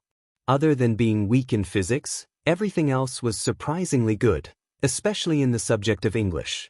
Also, this person could speak Tokyo's local language in addition to English. Moreover, her beautiful skills were completely different from before. In fact, a certain someone's attitude towards him was very different from before. Even though he wasn't familiar with the person beside him, with Jiang's reminder, he knew that someone used to be crazily infatuated with him and did everything to get him. Not only that, but she also seemed to have good feelings towards other people. He liked to treat people at nightclubs. Even if he spent money like that, his classmates didn't really like him because of his personality. Because there was nothing to like about the former young master of the Fu family. Even his attitude towards He Honghua was expressed in a different way. There was a business gathering. From afar, she could see that the young master of the Fu family saying nasty words in front of so many people. He was despising He Honghua, causing her to be unable to even lift her head. The current person. When he treated He Honghua, he was extremely gentle. Soul exchange? Qin Mo's eyes dimmed and he said, "I understand, I owe you a favor this time. As for what we said today, keep it a secret." "You're welcome. Invest more money in my research project." Xiao Jing's tone didn't change at all. Of course, young Master Xiao didn't lack money. Qin Mo replied and didn't say anything else. Xiao Jing added, "Supreme Alliance has to compete in the Asian Cup. How's your hand?" "It's still being treated." Qin Mo suddenly stopped speaking. When he glanced up, he could clearly sense that there was someone behind him. Qin Mo's fingers paused. "I have something on, I'll hang up first." With that, Qin Mo stood there without turning his head.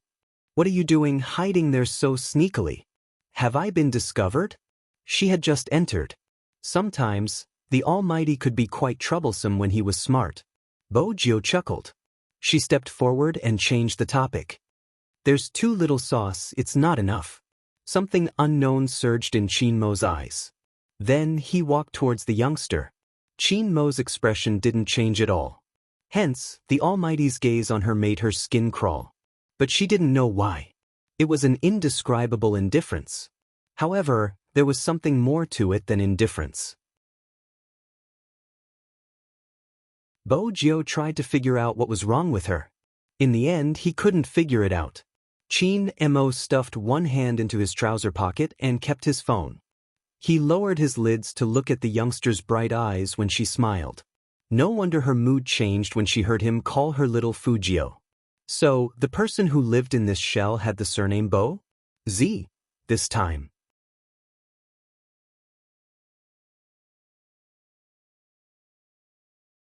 Chapter 1026. Bo Jio felt that the Almighty's danger level was extremely high today.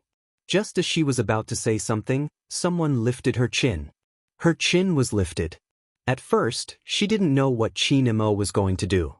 But when his finger brushed past the corner of her lips, there was a slight warmth as he rubbed against it.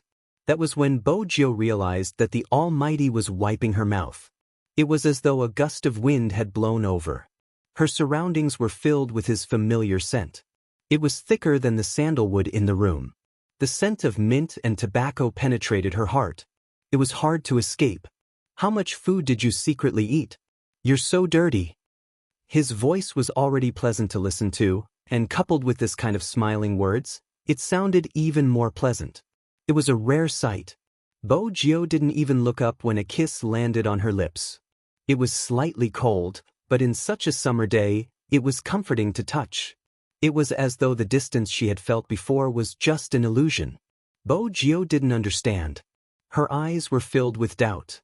However, Chin Mo pressed her against the door frame. His originally light kiss gradually changed, as though he wanted to swallow her whole into his stomach. Even his breath was different from usual. The kiss made both of their pulse beat differently than before. The tip of his tongue was numb from the sucking, and his heartbeat was much faster than before. His mind was completely blank, and his thoughts were sucked away. Chin Mo's hand was on her waist from behind. Bo Jio's t-shirt was half opened, her porcelain white waist was exposed. Their position was indescribably intimate. Brother Mo. Bo Jio tilted her head, wanting him to stop. Indeed, Chin Mo stopped. His lips curled up, and his breath landed beside her ear. It was a little unstable and low. But don't you like it? That handsome face that was stained with love made him look like a demon from a cult. His pitch-black hair was also softer than usual, and that tone of his. Bo Jio narrowed her eyes and muttered, "Don't use your beauty to tempt me." Chin Mo paused. Then he smiled, reaching out to help the youngster tidy her clothes. He retracted his hand like a gentleman. "Let's go eat." "Mach," Bo Jio replied. She watched as he walked away. Something seemed amiss that she hadn't noticed. But she couldn't explain it. The two of them walked out of the study one after another. At this moment, the international director and movie queen were almost done talking. He asked Bo Jio which day she was planning to fly over so that someone could make arrangements. Chin Mo's hand, which was swirling the red wine glass, paused. He asked casually, "Fly over?" Movie queen chuckled with a hint of glee. "Jio just agreed to our production team's invitation to fly to America with me. Let me tell you, Jio is doing this willingly. As the captain, don't play your capitalist game and forbid Jio from going here or there." Hearing this, Chin Mo's eyes darkened, the warmth in his body disappeared, his voice faint. "She isn't suited to go abroad." "Not suitable to go abroad?" Movie queen shook her head. "Son, your excuse isn't convincing at all." Chin Mo put down his chopsticks and opened his mouth. "Brother Mo, do you want to go with me? They said that the environment there isn't bad. It should be helpful for your hands treatment. Let him tag along?" This was something Chin Mo hadn't considered. After all, the person standing in front of him wasn't the young Master Fu but a new soul. From the information he had, she had been planning to go abroad, probably because she was worried that he would guess something. A certain someone was hiding too many secrets.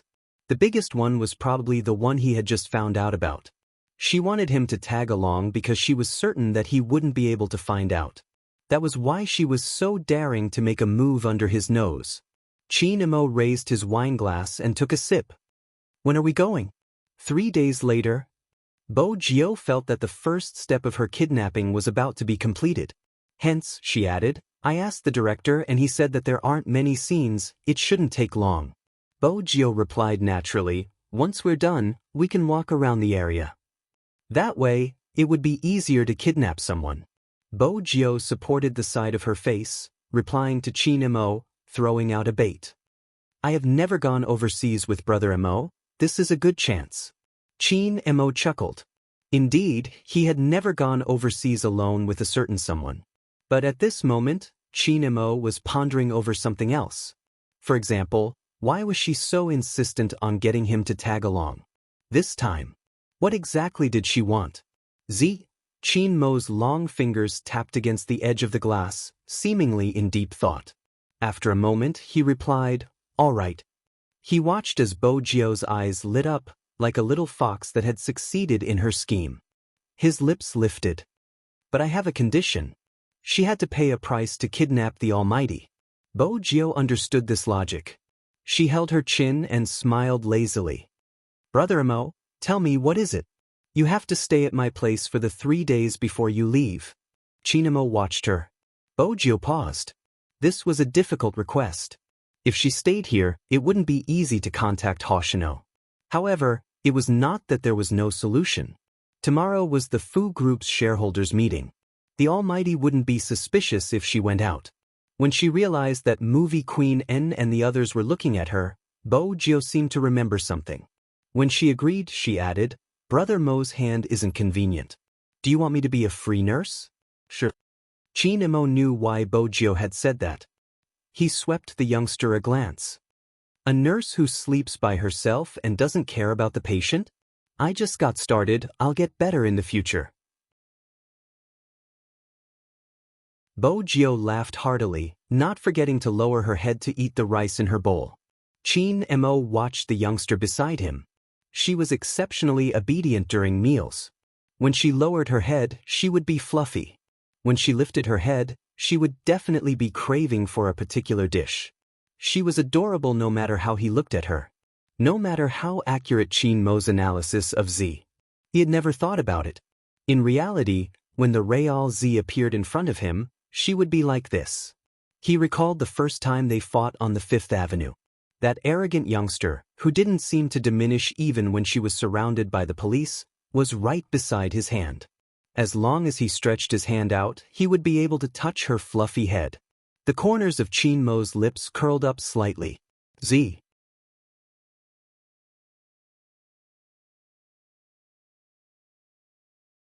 Chapter 1027. Bojio seemed to have sensed his gaze. She tilted her lids, a piece of meat in her mouth. She was pretty, but when she raised her brows, she looked a little devilish. Chin Mo didn't say anything. He watched as she ate until her hands were full. His eyes glanced at the salt and pepper prawns on the table. Without thinking much, he picked up a large prawn and placed it on the plate. His slender and fair fingers removed the shell, leaving only the prawn meat. Then he placed it into the young man's bowl. Chin Mo's actions were natural and elegant. No matter how shocked the international director was, he didn't say anything. He only sighed in his heart that some people could really change their character when they fell in love. However, in the next second, his opinion changed. Because when the young man still wanted to eat meat, Chin Mo reached out to stop her. He placed 2 stalks of vegetables in her bowl and arched a brow. It was clear what he meant. If she didn't eat, there would be a physics test waiting for her. The Almighty's handsomeness was divided into 2 stages. When he was peeling the prawns for her, he looked very handsome. His entire person looked very attractive. Now, Bojio looked at the 2 stalks of vegetables, lowering her head to take a bite. Her heart was filled with sweetness. She didn't expect that even though her pet had lost its memory, it didn't care about her at all. It wasn't that she didn't like eating vegetables. Humans stood at the top of the food chain. If they did not eat meat, they would feel sorry for themselves, right? Obviously, the Almighty didn't understand this logic when he was young. That was why every time he fed her, he would smash the leaves in her bowl and let her eat it with rice. At that time, she was a picky eater and didn't eat vegetables. Even her father couldn't do anything about her. After all, who wasn't a little devil? Later, when her father saw that she wasn't so picky anymore, he even pulled the young Almighty over and thanked him for a long time. However, the Almighty had always been cold and polite. "Uncle Bo, I'll take care of her in the future." She still remembered that her father paused for a moment, then laughed. You'll have to ask her own opinion. Other than eating, what else can she say? It had to be said that the Almighty had a sharp tongue when he was young. But at that time, she really didn't have any objections. She had wanted to raise her pet for a long time. Of course, she would not miss such an opportunity. Even though he was the one who raised her in the end, when he thought about it carefully, she was also enduring hardships in order to gain courage. The pavilion closest to the water enjoys the moonlight first. No matter how young she was, she understood the principle. Moreover, for some reason, she always felt that the food he fed her was tastier. Perhaps it was because every time he carefully pressed the egg yolk and vegetables into the bowl for her, and then stirred the new porridge, the boy she drank was very cute. That was why she wasn't picky about her food. The ancient saying that beauty was a feast for the eyes made sense. For example, just by looking at the Almighty's face, she could eat 2 more bowls of rice. Just like that, he accidentally ate too much for dinner. When she reached the 2nd floor, Bojio realized that the Almighty was asking her to sleep on the same bed as him for the next 3 days. Although they had slept together before. However, 3 days was a little too long. Was it too late to regret now? Bojio turned back, intending to discuss other conditions with the Almighty.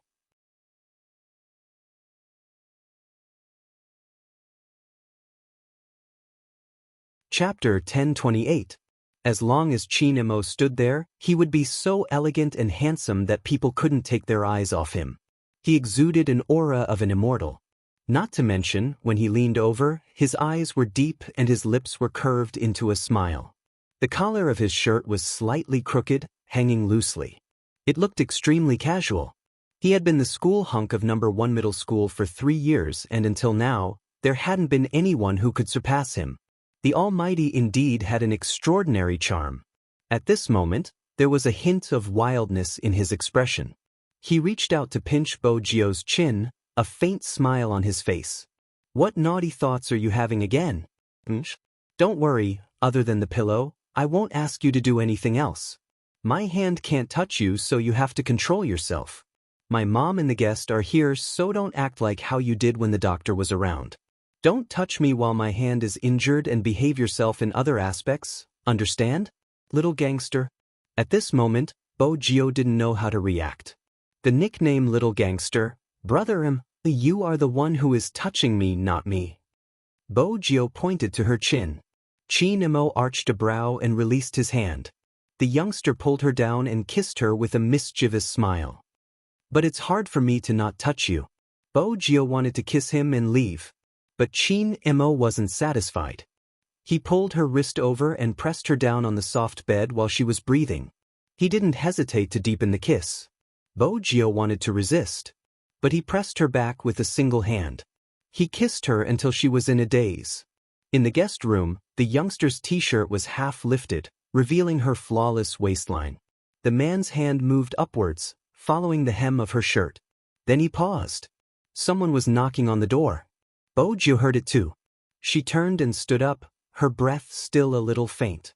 Chin Mo glanced at the youngster's flushed face, his voice raspy. "Don't flirt with me if you don't have any intentions." "All right." Bo Jio replied nonchalantly. Her clothes were wrinkled and her lips were red. It wasn't a good idea to meet movie queenin like that. Hence, she turned towards Chin Mo. "Brother, open the door." Chin Mo adjusted his shirt, his tone calm. "Why, you don't dare to admit it after teasing me." "Bo Jio, this is really depressing." Chin Mo probably liked to see her like this. He reached out and pinched her puffed-up face. "Benefits? Even opening a door requires benefits?" He had no choice but to bow his head when he was under someone else's roof. Bo Jio replied, "Speak. Don't go somewhere I can't see." Suddenly, Chin Mo let go of her face, his tone emotionless. Bo Jio couldn't react in time. "I'm here, I have to apply medicine for Brother Mo later, where else can I go?" Chin Mo glanced at the fair and tender youngster, his lips lifting into a smile. "That's true, let's change it."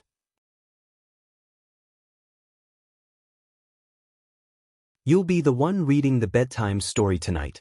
That's it?" Bo Jio didn't believe it was that simple since the Almighty wasn't simple with her.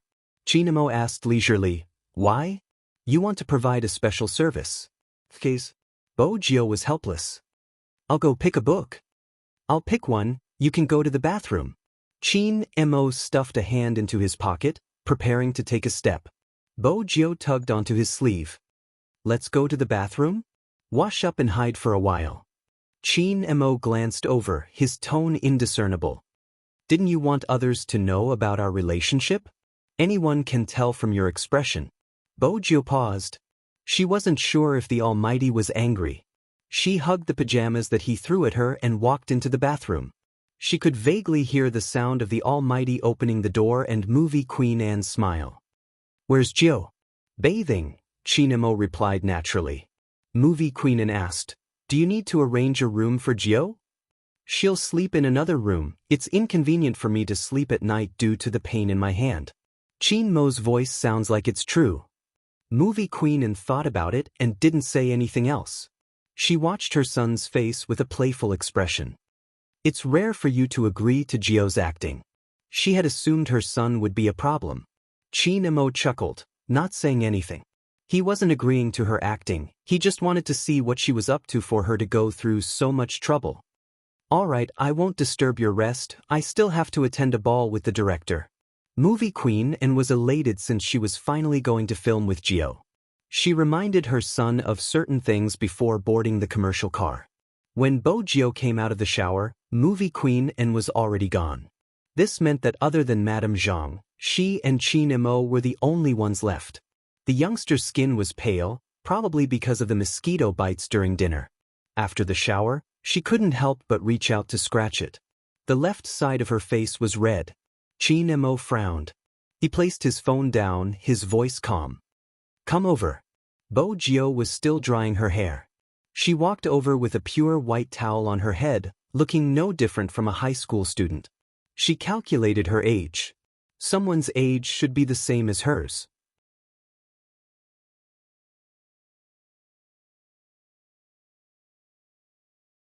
Chapter 1029. Her superb camouflage technique was not in vain. However, in this world, he should be the only one who knew.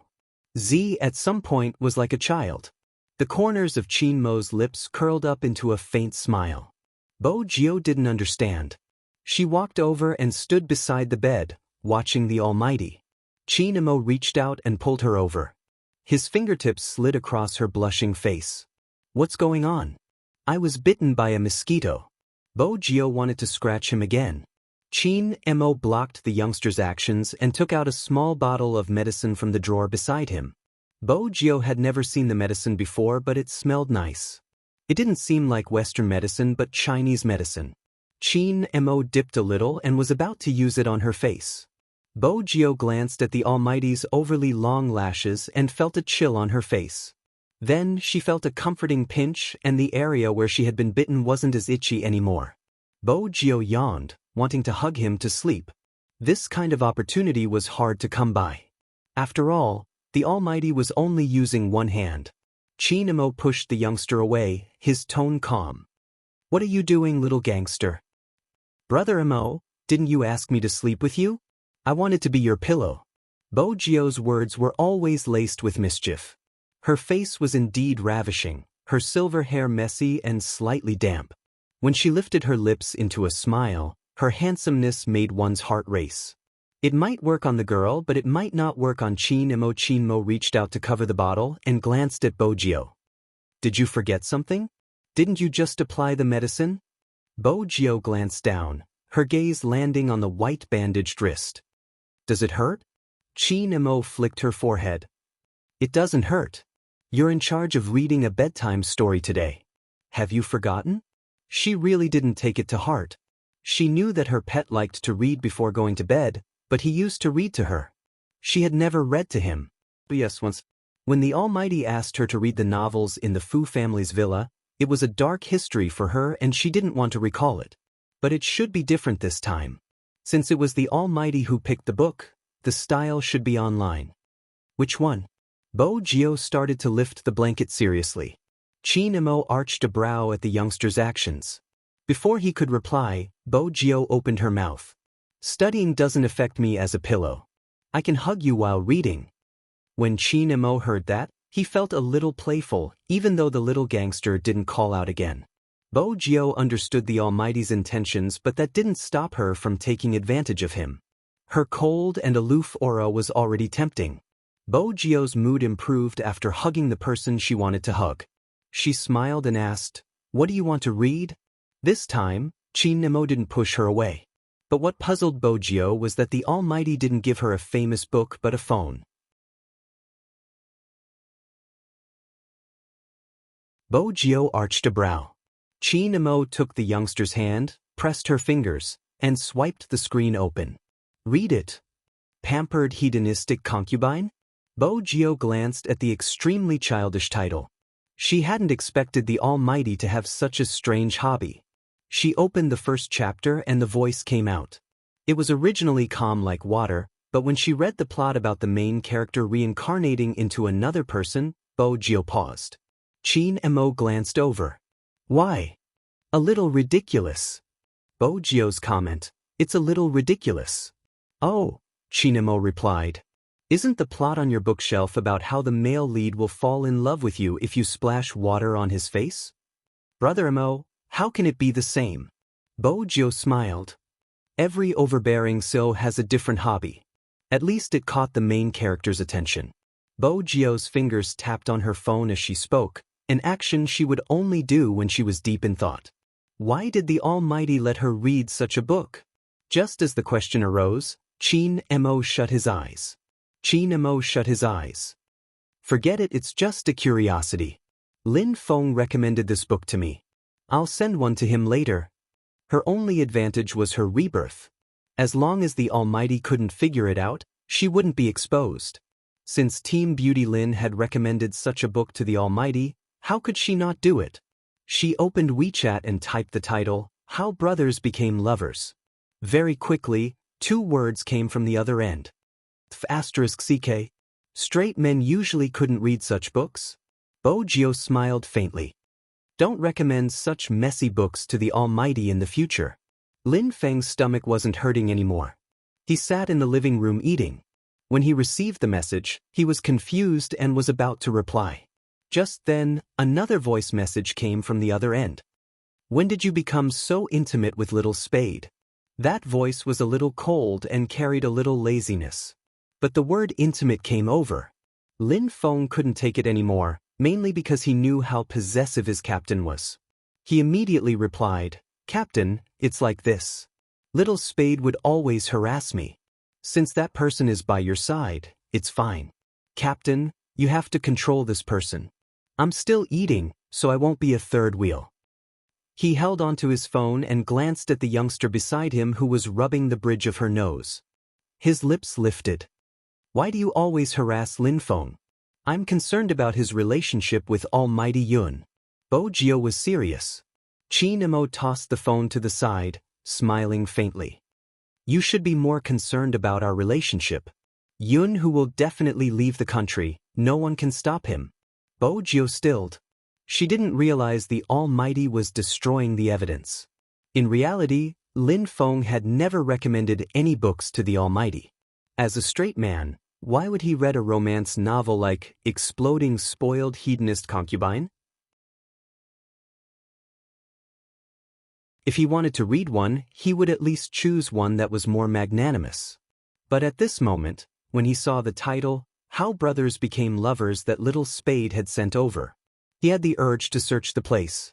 Had he really gone mad? He and Yun, who were already in this state.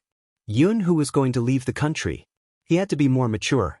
Just like what he had said, he had to be able to differentiate between certain problems. The night sky was getting darker. Lin Feng lifted his head and glanced outside. He had long noticed that the lights in the bedroom opposite his had never been turned on since the beginning. This meant that Yun, who was still in the hotel with that person. He probably wasn't coming back today. That was right, Lin Feng chuckled. In the end, he didn't search for any books. Instead, he opened some financial articles on his computer and wore his glasses. He was about to move out of the courtyard. If he didn't want to be left behind, he had to work hard. He wasn't suited for politics.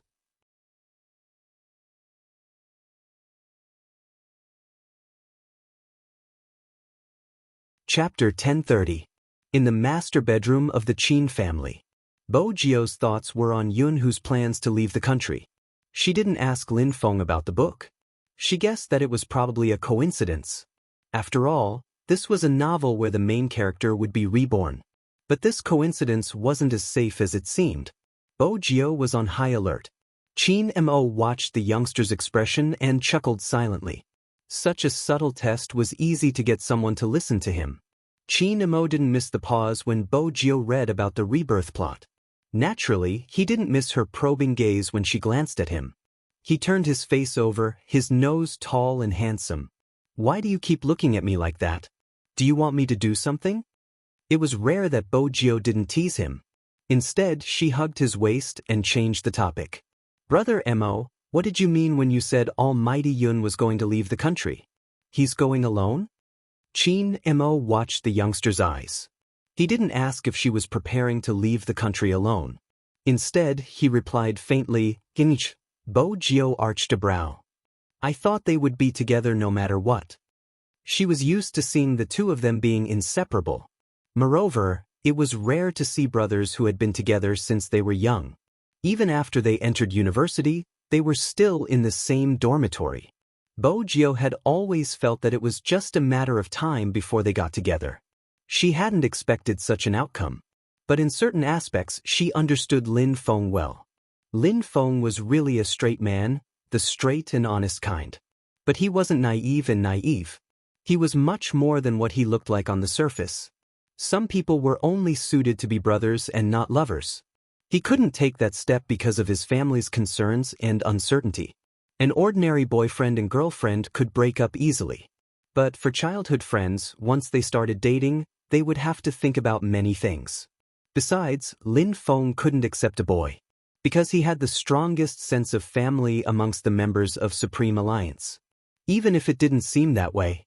But from the way he handled things, it was clear what he was thinking. He cared about his parents far more than himself.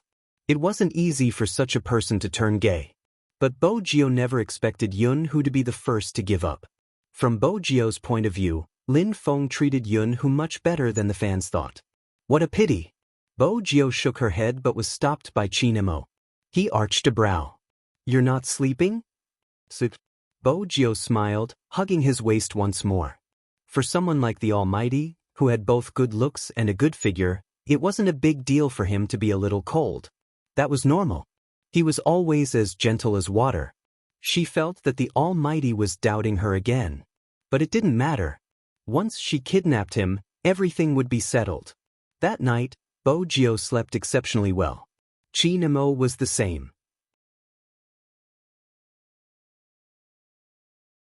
Ever since he had a certain someone, he never had nightmares again. When she woke up, she looked down at the youngster who was hugging her waist. What are you trying to do?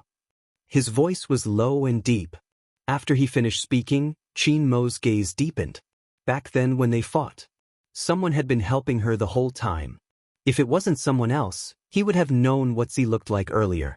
This time, it was the same at the commercial plaza. The man who appeared on the battle axe. If that was the case, everything made sense. Young Master Fu didn't know Hoshino, because Z was the one who knew Hoshino. Qin Mo glanced at the youngster in his arms, suppressing the anger that was surging out. At this moment, his phone lit up. It was a famous psychologist in the military. I heard from Madam that you're in a relationship. Qin Mo took the phone over and pressed a message. What do you want to say? Just say it. I just want to understand your current psychological state. Qin Mo, you're the expert in this field. If you don't want to, even I can't treat you. But I'm really curious, why are you interested in a relationship? The psychologist wore a white coat, glancing at the facilities in the military. I can't imagine. Qin Mo's gaze was calm, just like what Bo Jio had said, filled with a celestial aura. I'm currently in a good state, there aren't any signs of violence. If you want to ask about this, you can wash up and sleep. I told you I wouldn't accept such missions, you can see through everything I say. The psychologist threw his pen on the table. Boss, when are you planning to return to the military? I don't have any plans at the moment. These 5 words were extremely cold. The psychiatrist was very upset.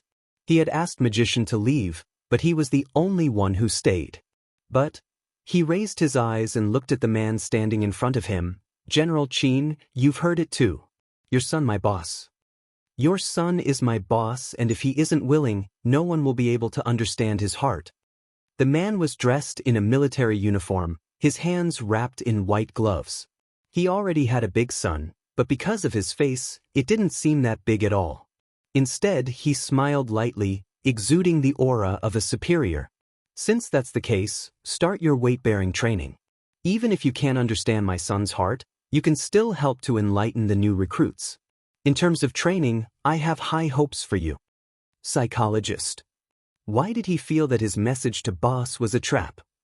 Deputy Zhang followed behind General Qin and asked probingly, General, are you worried that young master is still affected by the previous incident? The man paused for a moment. How much do you know about the incident in Jiang City? A case similar to that year has appeared again. When Deputy Zhang spoke, there was an unknown fear in his eyes. After all, that mission had left a deep impression on him. However, I heard that Z really came out and things are going well. The man pinched his brows. Jiang City is fine, but there are problems within the major crime division. I'm not sure about the other cities, especially the cities near the borders. The military hasn't found a suitable candidate for this mission. General, you want young master to return. Deputy Zhang's eyes lit up. The man tilted his head, the traces of time on his body condensed on his shoulders. When he came back from the mission, many people suspected that he was hypnotized by the organization at that time. That's why he wasn't suitable for missions outside the borders. Moreover, he wasn't in the right state back then. He had never seen his son in such a state. He looked at his hands in a daze, his expression devoid of any other emotions. No matter who called him, he didn't respond. It was indeed as though he had been hypnotized. As a father, as well as the highest commander, General Qin's heart was tormented. But even so, everything was based on the country. This was the basic standard of a soldier. You're tuning in to the Passion Pages YouTube channel.